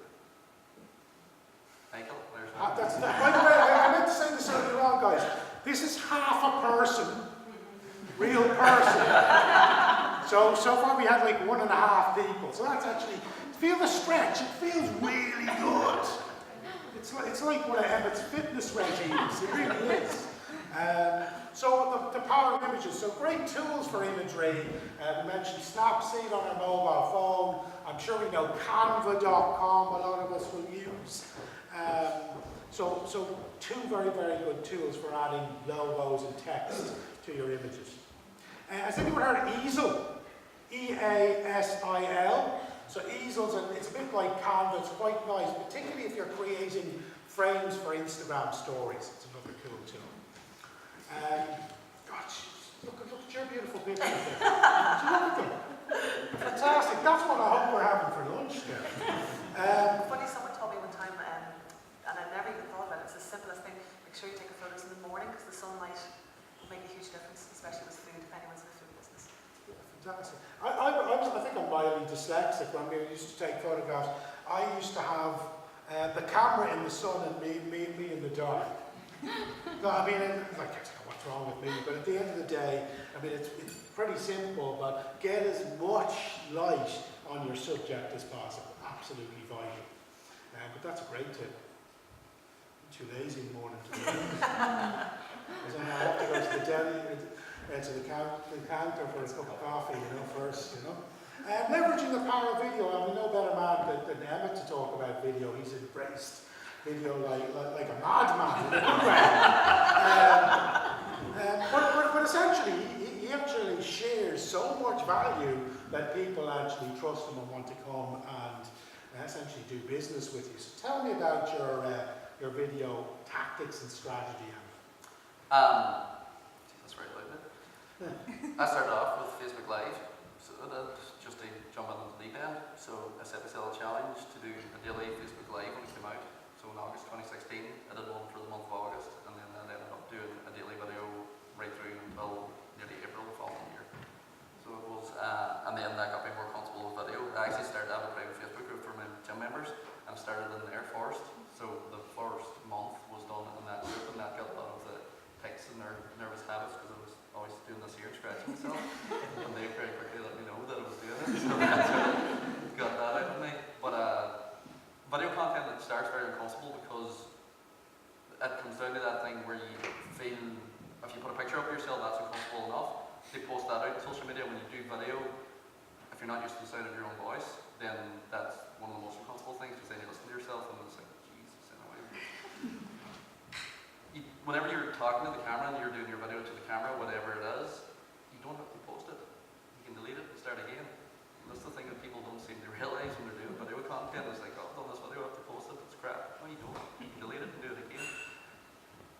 Test it out a couple of times for yourself, get used to hearing yourself back, and then whenever you're doing the video content, just get something up and then post it. Press send. Don't be worried about what other people think, because it doesn't matter. You could be an absolute angel. Someone out there is going to think that you're an absolute prick.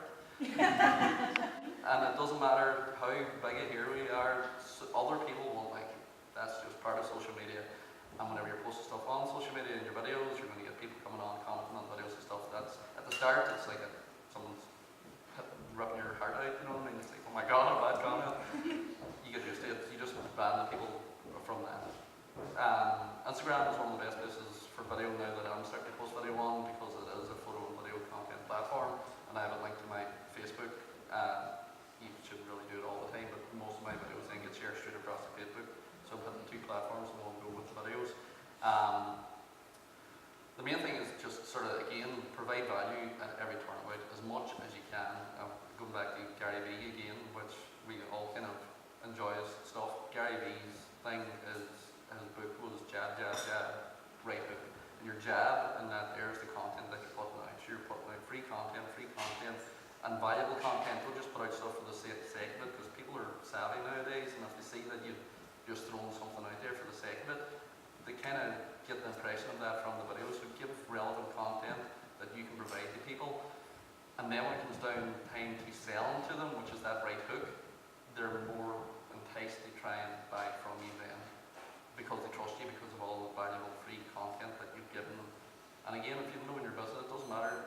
If you go on to Instagram, even if you've never used it before, go on to Instagram, whatever your business is, and hashtag accountant or hashtag carpenter, you'll see physical therapist. I was chatting to you, where are you at?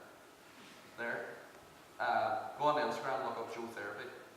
He only has about 900 posts on Instagram for the period of time that he's going, but he's like 1.1 million followers on Instagram. All he does is show people how to do stretch and mobility exercises, or what way to use the lacrosse ball to roll out glutes or something like that. And that's it. Video down the side, it's showing an image of the muscle being worked. The other side is showing the thing being done. He's providing content every day from that there, but it's all feeding back into his business then. It's like blogging. Does anyone still blog or used to blog? I mean, we do. And do you remember our first blog? Oh my God. It was shocking. How do we let that into the wild? So it's like anything else. It's like the Nike swoosh that you mentioned. Just do it. You've got to do it, and you're going to get better. Has anyone ever searched YouTube for a boring accountancy video before? Of course not. So bear in mind, there's always one. Bear in mind the importance of showcasing your passion, because people buy from people, so you have to be passionate. I think if you're passionate in the real world, you've got to be slightly more passionate online for that to transcend through the glass of the device that they're consuming on. And the reason why I love live video is because it's live. So I can't delete it. It's there, it's gone. And so I find that as a time saver, as a small business, if we plan a live video and we go live consistently at a regular time every week, I can get my live video done quicker than I ever will a pre-recorded video, because I'm going to go, I don't like that, I'm going to change that around. What's something that kills video as regards interaction on video? It's probably sound. So even if you're using a smartphone, probably the one thing that I would be looking at is investing in a mic to actually up the quality of the sound of my video. I mean, we can look at a brilliant video, but really bad sound is an absolute killer. So I like the fact that this is a video that you do, which we can't really see, is you do a nice variety of, I suppose, landscape, there's some landscape videos. You do square videos, 180 by 180. That's what we would call a letterbox video, where we've taken a landscape video and actually put text at the top and text at the bottom, commanding more real estate in someone's social media news feed, but also telling our story. So celebrities need to stop endorsing weight loss products. I know what I'm watching with the sound off. Does anyone use subtitles for their videos? Yeah. I do sometimes. Depends on the type of video and whether I'm promoting it or not. If I'm promoting it, I definitely use subtitles. If it's something that I'm going to do on several platforms, I usually type the subtitles myself on KineMaster, because it's easier to do it. And guys in Polka, I did the course with them. They showed how to do that. But if it's something that's just going maybe on Facebook or something like that, you don't have time to do it yourself, rev.com, it costs €1 a minute, and they'll give you the SRT file for the subtitles. They're also good that if you have, which is another way of regurgitating content, if you've done a video, rev.com will also give you a transcription. You pay for it, but then you can repurpose that into a blog if you wanted to as well. That if you've done the video is legible of what you've done now, then you can pay for transcription of them, and then you can repurpose that into a blog if you need to repurpose it into a blog. Any other tools that you're using to edit videos, or what do you use? InShot, if it's just a basic video, so the likes of that, the text top and bottom, InShot is set to 1:1 ratio, so even if you do a landscape video, it'll come up and it creates that letterbox effect, and it's a matter then of taking whatever you want to say, top and bottom. If it's a long form video, then we'll be putting a wee bit more, some of the more recent ones, as cuts from movies and things like that in between it. I use KineMaster for that, simply because it's more specific, point to point for editing. Cool. So KineMaster, And InShot. We mentioned Quick before, QUIK. There's another app called Filmora Go, is another another good app. Any of you guys using any video apps? Or maybe tomorrow you will be. Yeah. Oh, very good. Good stuff. So as regards, well, the stomach is starting to grumble now, isn't it? So any social media tips that you guys would like to share before we wrap up? One thing we probably haven't mentioned, I don't think we mentioned enough, is ads. Do any of you guys spend any money boosting your posts or actually on ads targeting your audience? Because I think what we're noticing now is some organizations are spending less money and time creating 20 posts a week or 20 updates a week and creating 1 to 2 updates a week and investing that time that they've saved into money to ensure that the right audience sees their content. So are you guys spending money on social ads, and what are you doing? We've spent a little bit of money. Email is still very, very important to us. We have a pretty chunky email list that we've built from the day one, and we always try to get it through whatever positive means possible, because it means we get to contact people every week, so don't discount email at all. It's massively important. So if we have spent money on social media, what we do is we do try to plan a campaign where we will set aside a certain amount of money with the goal of extending that email list, because as I've said, if we get a sign up to that, that's every single week we're going to be in front of them again. So we've done it a few times, and then we've calculated how much we spent, and then we can tell how many new sign-ups we've got, and then we can divide that up and see it costs us roughly, I think it was between 50 cents and €1 per sign-up. The difficulty then is, right, what's happening? That's where I've had difficulty then going, well, is that worth it or is that not worth it? Sure. So that's almost the question I would have for any experts in the room. You can actually measure how much it costs you to obtain an email member, but how do you place it on that email sign-up can sometimes be tricky, you know. Sure. I think it's very easy to build an audience through email or any other platform that can't and will never become your customer. So I mean, less is more. So at the end of the day, I may have had my email database decimated thanks to GDPR, but that's a good thing, because they weren't buying from us anyway. They weren't opening our emails. Heck, we probably weren't even sending emails. So what's a problem?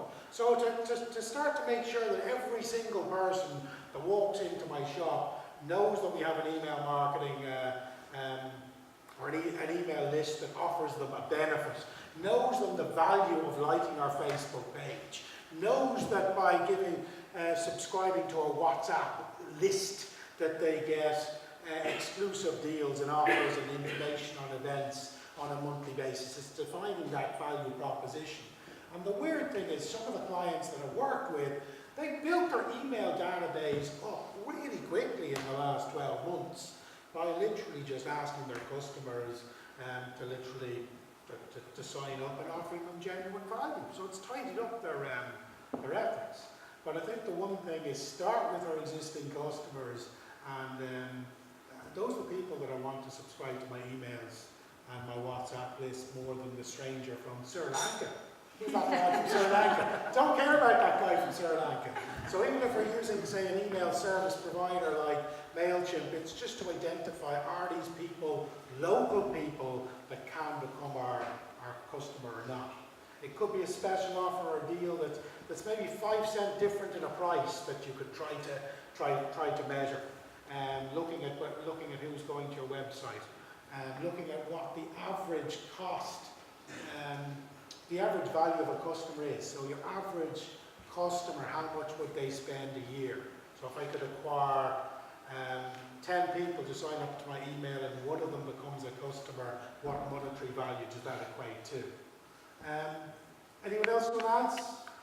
I don't put much money into any ads, to be honest. I've just never really seen, I only boost the very, very odd post on Facebook, and just because of us being such a local business, we have a new timetable that came out of their schedule for the yoga centre, and just because we're trying to grow the numbers there and to get the word out that there is, we have loads of teachers, loads of different classes, so try and get that schedule out there. I've boosted that, which helps just the local community, but on a grander scale, I don't find that I get much monetary value from it. So I think the weird thing is we very often do ads wrong on social, and what I mean by that is, social media is not a place that I log into on a Monday afternoon going, Jesus, I hope I get spammed with a bunch of ads for products I'm not interested in. That's usually not what we do. So essentially people often forget to build that likability piece before they ask for the sale. A really cheap form of ad is, say, a video view ad. So I'm sure Emmett probably does video view ads. Video view ads may cost me a cent, a 10-second view. That's a 20-second video. That's every time someone watches 10 cents or more, cost me 1 cent. Now what I'm probably doing with my video view ad is I'm trying to generate awareness, get people to know that the yoga classes exist and so on. Now we've probably heard of a thing called remarketing. We heard of remarketing? So remarketing is massive for 2019. So remarketing allows us to market to people that have already expressed an interest in our product and service. So what I could do is I could do a cheap video ad, get 5,000 people in the local area to watch that ad, for example, and then I could build a list of who watched 75% of that video, or who watched 95% of that video, and then send a follow-up ad trying to convert them. So I think very often we miss a point. We jump straight to the buy. And let's be honest, if I'm minding my own business on Facebook and you come out of left field trying to flog me something, I'm running a country mile away from you. So I think it's the tactics behind ads, but I do think getting your head around the term called remarketing for 2019 may be worth doing. We'll have any questions if anyone has. I know we want to have lunch very, very soon. Grace is... do you know, Grace did this about 5 minutes ago. Right? Grace has just done that to me, so that's quite threatening. So I just really want to thank the guys for their brilliant advice. It's been lovely chatting to them. Anna, you were fantastic. I know you're very nervous. But Anna, Richard, and Emma, thank you so much. James, I'm a senior account manager for Intel here in Ireland. And what I'm going to talk to you about today is our sort of view on digital and marketing and social media trends. So what we normally do at Intel is we kind of start off and talk about all these sort of fab international trends around marketing and social media and what all the big multinationals who are a lot of our clients are doing. And then if anyone's still awake at the end, we'll finally get down to what's happening in Ireland, what's happening locally. I thought today it would be better off maybe just to start off with the local context and see what our consumers think about this kind of thing and what they're doing. And then at the end we'll have a bit of fun and look at kind of big meta trends and see what some big companies are doing in relation to them. So to start off with, I'll start off with the bad news first. Okay, it's only a tiny bit, but we'll get it out of the way. Consumers, particularly Irish consumers, 65% have noticed some advertising in the last 12 months. That was last year. The year before it was only 38%. So your kind of market is already getting saturated. In 2019, I'm sure that figure will go up again. So consumers do feel bombarded with digital content because they're online so much. And the form of advertising, the form of sort of marketing that's seen as most intrusive is sort of internet or social media. And it's sort of understandable why consumers would say that in Ireland. The pop-ups that you see in front of websites, people want to get blockers installed to try and not have those interrupt their browsing. And just sort of bland social media posts, your feeds being filled with just random adverts you didn't really ask for companies you didn't like. So that's the bad news. But it's only a little bit. There's many things, many cool things you can do to sort of avoid this kind of perception. So let's get on to the good news, and there's lots of it. So kind of what ads are winning, what's working. Okay, TV, everyone's still going to say they see stuff on TV, they see marketing on TV, advertising on TV the most. But second in Ireland, in our survey last year, was social media. So things like Facebook, things like Twitter. And I've been in the market research industry here now for 8 years, and even if we're assessing campaigns that were never on TV, if you stop somebody in the street and say, have you seen this ad? Yes. Where did you see it? We'll normally say TV, even though plenty of campaigns I researched were never on TV. It's just the default setting. So the fact that social media is coming that high up, it could well be number one if you strip out those sort of that confusion or haze that comes with consumers' perception of advertising. Another one there, 1 in 4 Irish consumers have liked advertisements on social networks. When a friend or company has shared or liked a post as well. So you would see that on Facebook and Twitter. When somebody's maybe retweeted something or liked a page in your feed, then you would see a promotion from that company because one of your friends likes it. So it is effective. It's really, really effective at reaching millennials. But if you look at these numbers right across the board, even the sort of older consumers, sort of advertising and marketing through social networks is memorable to, particularly to young consumers, but also to older ones as well. And as millennials, as we all like to talk about them, and the generations coming behind, sort of Generation Z, I think they're being termed, it's going to be more expected that this is how you're going to reach these consumers because they're not necessarily watching live TV the way previous generations were. They're not maybe listening to the radio in the same way that radio was originally listened to by other consumers as well. So this is the space we need to get into if we want to access these consumers. Social media usage by local Irish firms, this was a bit of research we did in 2017, is actually second highest in Europe. If you look at the kind of ones around it, Malta, Cyprus, you have fairly small economies compared to Ireland, not as complex. So Irish firms have kind of embraced it so far. If you're not embracing social media, if you're not embracing sort of digital marketing, pretty much the minority, and that's 2017. The numbers are going to go one way when we think about 2019. And if you look at the EU average, Ireland's way ahead of some big economies there, like Germany and Italy. And it's popular amongst consumers. Now, we haven't asked this question online, we have an NI. What are you doing whenever you're online? And it's the things you would expect. 8 in 10 are just browsing, surfing the internet. 7 in 10 sending and receiving an email, but 60% are using social media sites. If you think that really Facebook, when you sort of got up and running internationally from about 2007, it was started in 2004 as a college platform in the US. It was really 2007 before it became an international phenomenon. Around the time that Twitter was sort of launched as well. So if you think like about 10, 12 years, you're not really zero. It's not 60%. It's just become a bigger part of everyday life. And that brings me to the next slide, which is from research that Intel did in the UK. But it was staggering whenever I looked at this figure to prepare this presentation, that the average UK consumer now spends 3 hours, 9 minutes a day on social networking. So it's 22 hours a week, so a day a week. So if you think like bar sleeping and maybe your meals, it's one of the main sort of activities that people in the consumers in the UK are spending their time on during the week. So it's a great place to try and sell your product, a great place to try and access consumers, and a great place to try and get people's attention. But I just think that's phenomenal. 3 hours, 9 minutes out of anyone's day when you're really asleep for 7 or 8. Just seems insane. And bring it back to Ireland then, just in terms of the social networking platforms that they're using.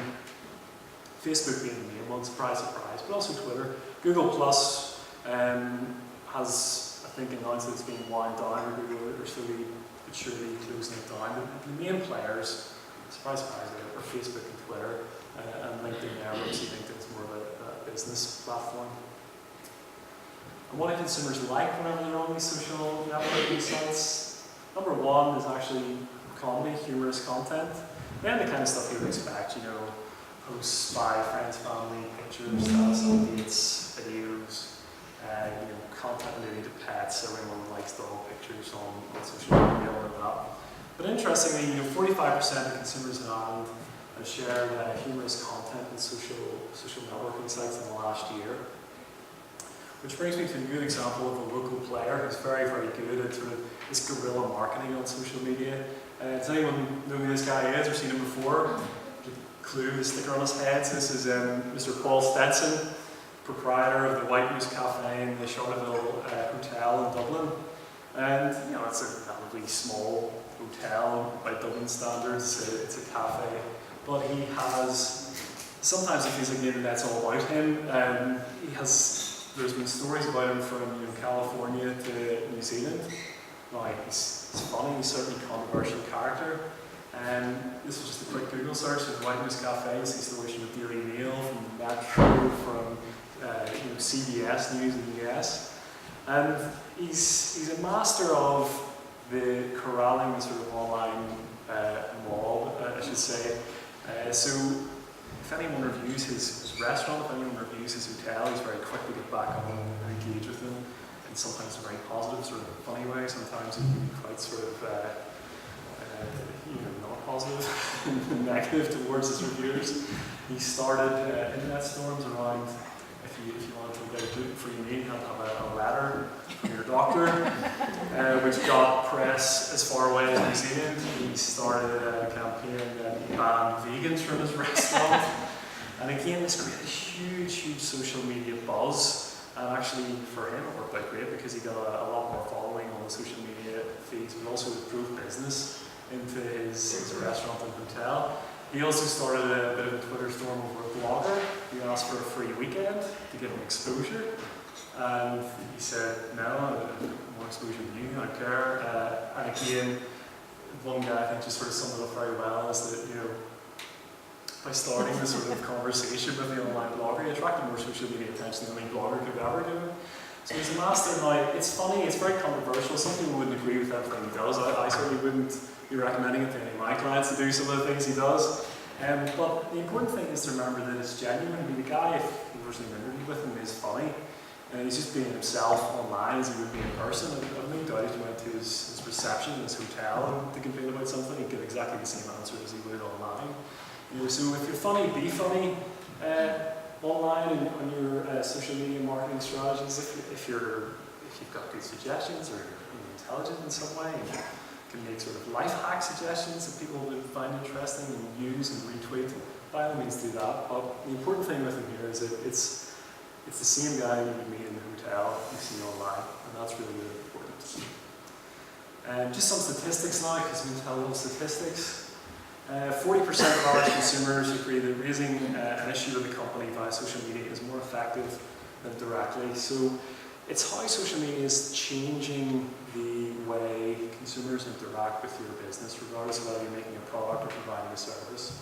So you can have the great website, you can have a great telephone line and an email address and all the rest, but particularly younger consumers, they want to interact with you through social media and through public domain. And there's positives and negatives that come with that, as we'll see in a few slides.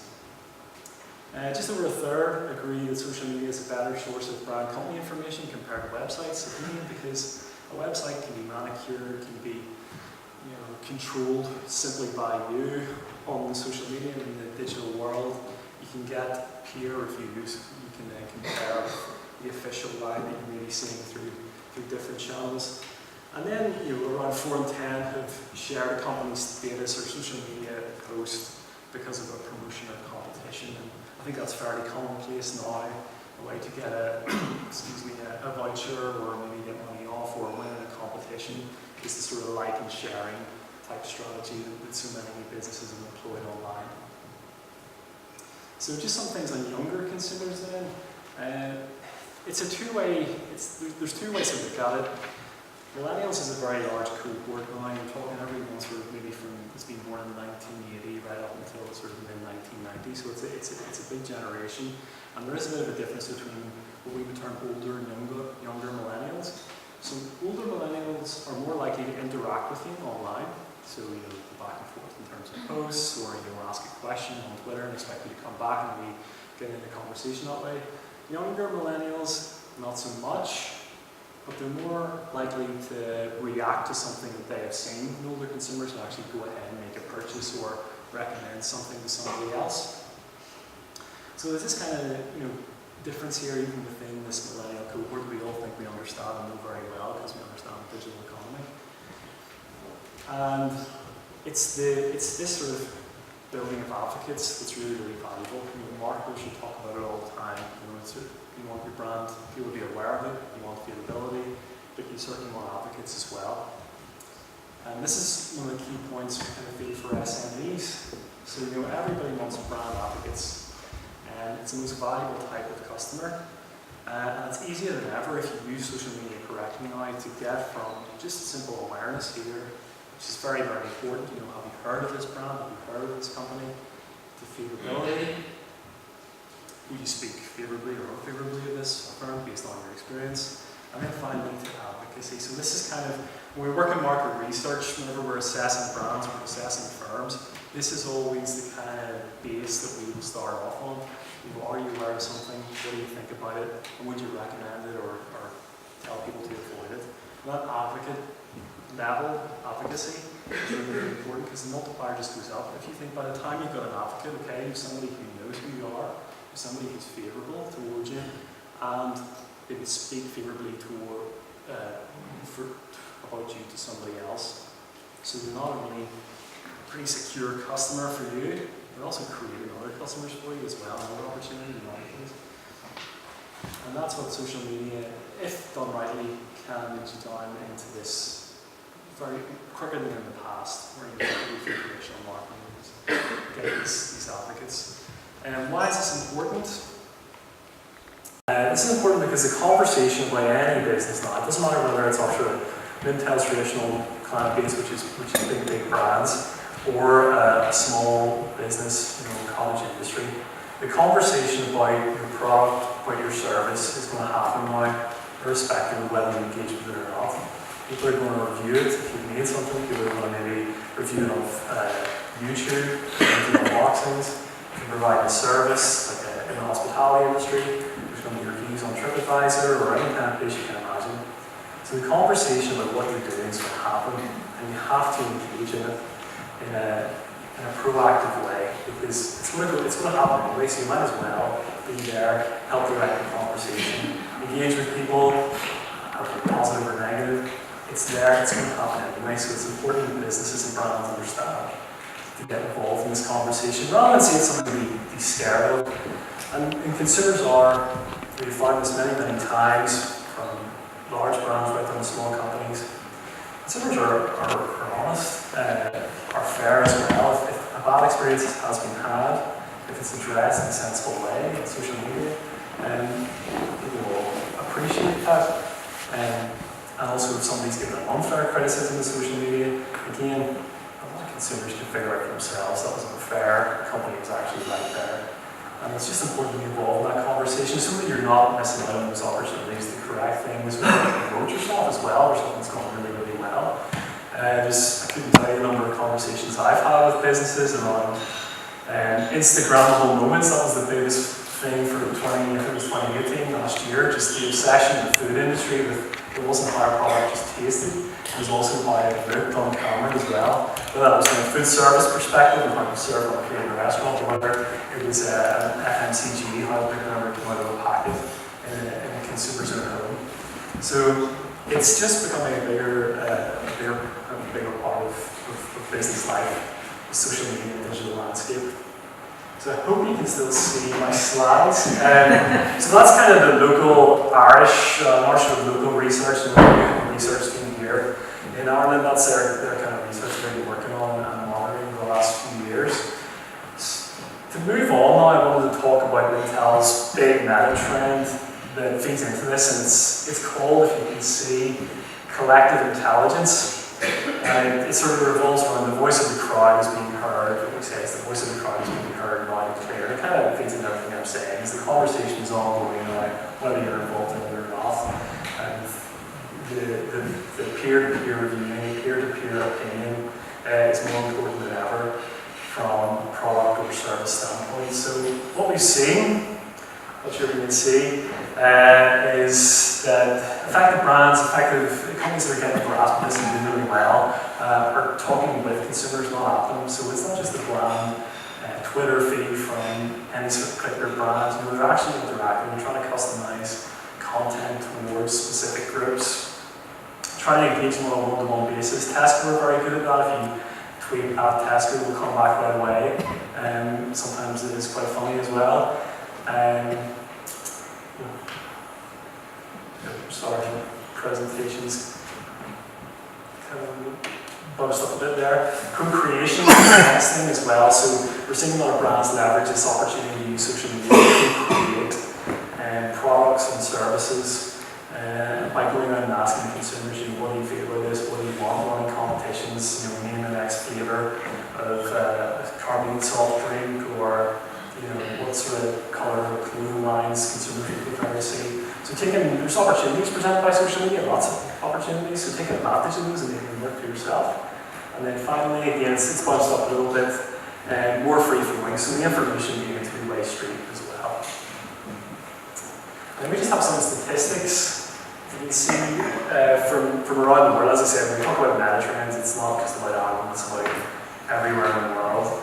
You know, over half of people in the US have said they'd like to have a say in the direction of the TV show while the series is being made. So this just gives you an idea of how it's changing, like the perception of consumers everywhere. That you've started watching a TV show and halfway through it, maybe episode 3 or 4, you're thinking, actually I could tell the director the direction the story arc should take. And I think there's been some efforts in the US to some should recruit in that way, but this is the mindset you're having to deal with now. Everything's about the individual. 2/3 of US consumers like companies to get their opinion on developing advertising campaigns, so it's consultative as well. And in Brazil, we saw 60% of people have interacted with the brand in the last year. And again, this is just more stats from all over the world. People wanting to check restaurant reviews on social media before deciding which restaurant to go to. In China, people believe that social media reviews are better than watching official advertisements. You get a more honest opinion on a product. And in the US, people will trust these as much as personal recommendations. So if one of your friends stops you in the street and tells you to go to a restaurant, in the US, somebody might just as well value what they've read on Twitter or Facebook. And finally, again, talking about millennials, because everyone likes to talk about millennials. Millennials are almost 8 in 10 plus reviews online as much as personal recommendations. So when you look at the younger cohort, it's really, really big. And then half of UK consumers think that online reviews are more helpful than in-store stuff. So you could get more information off your phone, you could ask somebody in the shop. So with all that in mind, then what we do is, until we have a trends team, we kind of just, it's a really cool job. We get to travel lots, they get to work in a really cool office. And part of their job is to go around the world and see how these trends are playing out, see examples in market and then light them up. And these are just a few examples then of how big brands and big companies have been reacting to this sort of change in this trend of collective intelligence. So the first one is from Avon in Brazil, and this was all by collaboration as well, where they had some makeup tutorials from celebrities, but then they encouraged their customers to make blogs as well on Facebook, using their products, of course. It was a marketing tool, so they could promote the Avon products. And then they sort of used it online and help them with their own campaign. And produced a YouTube video at the end of it all, showing just ordinary consumers as well as celebrities using their products and saying how great they were and singing the campaign song as well. So collaborative interaction with their customers. This is one from China. We have a couple interesting ones from China. So Chinese clothing brand, they crowdsourced the campaign to search for new slogans. So it's going to get easier to be a marketer these days with all these social opportunities, but rather than come up with a new slogan for their line of clothes themselves, they went down on the social media platforms that are available in China and crowdsourced the campaign slogan. This one here from China is just mad. It's a bottled water company that teamed up to launch a limited edition bottle which featured a label with user-generated songs. And a QR code that takes everyone into space. Now, I don't think it literally takes you into space. I think it was a sort of virtual reality thing. But again, just sort of these interactive things and working collaboratively with their customers. Something that just wouldn't be possible 20, 30 years ago.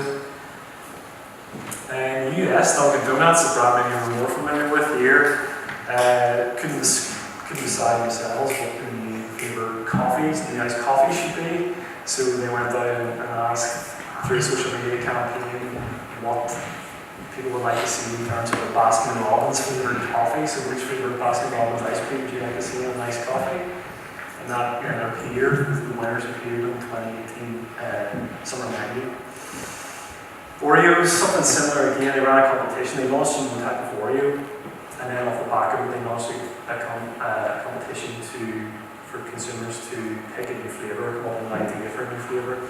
So again, it taps into that collaborative aspect as well, but also that custom aspect. Everyone kind of thinks they're getting to have their say and potentially get their type of way or flavoured biscuit into the production line. And then one from some Malvins as well, like from Albert Heijn, who's the sort of biggest retailer in the Netherlands.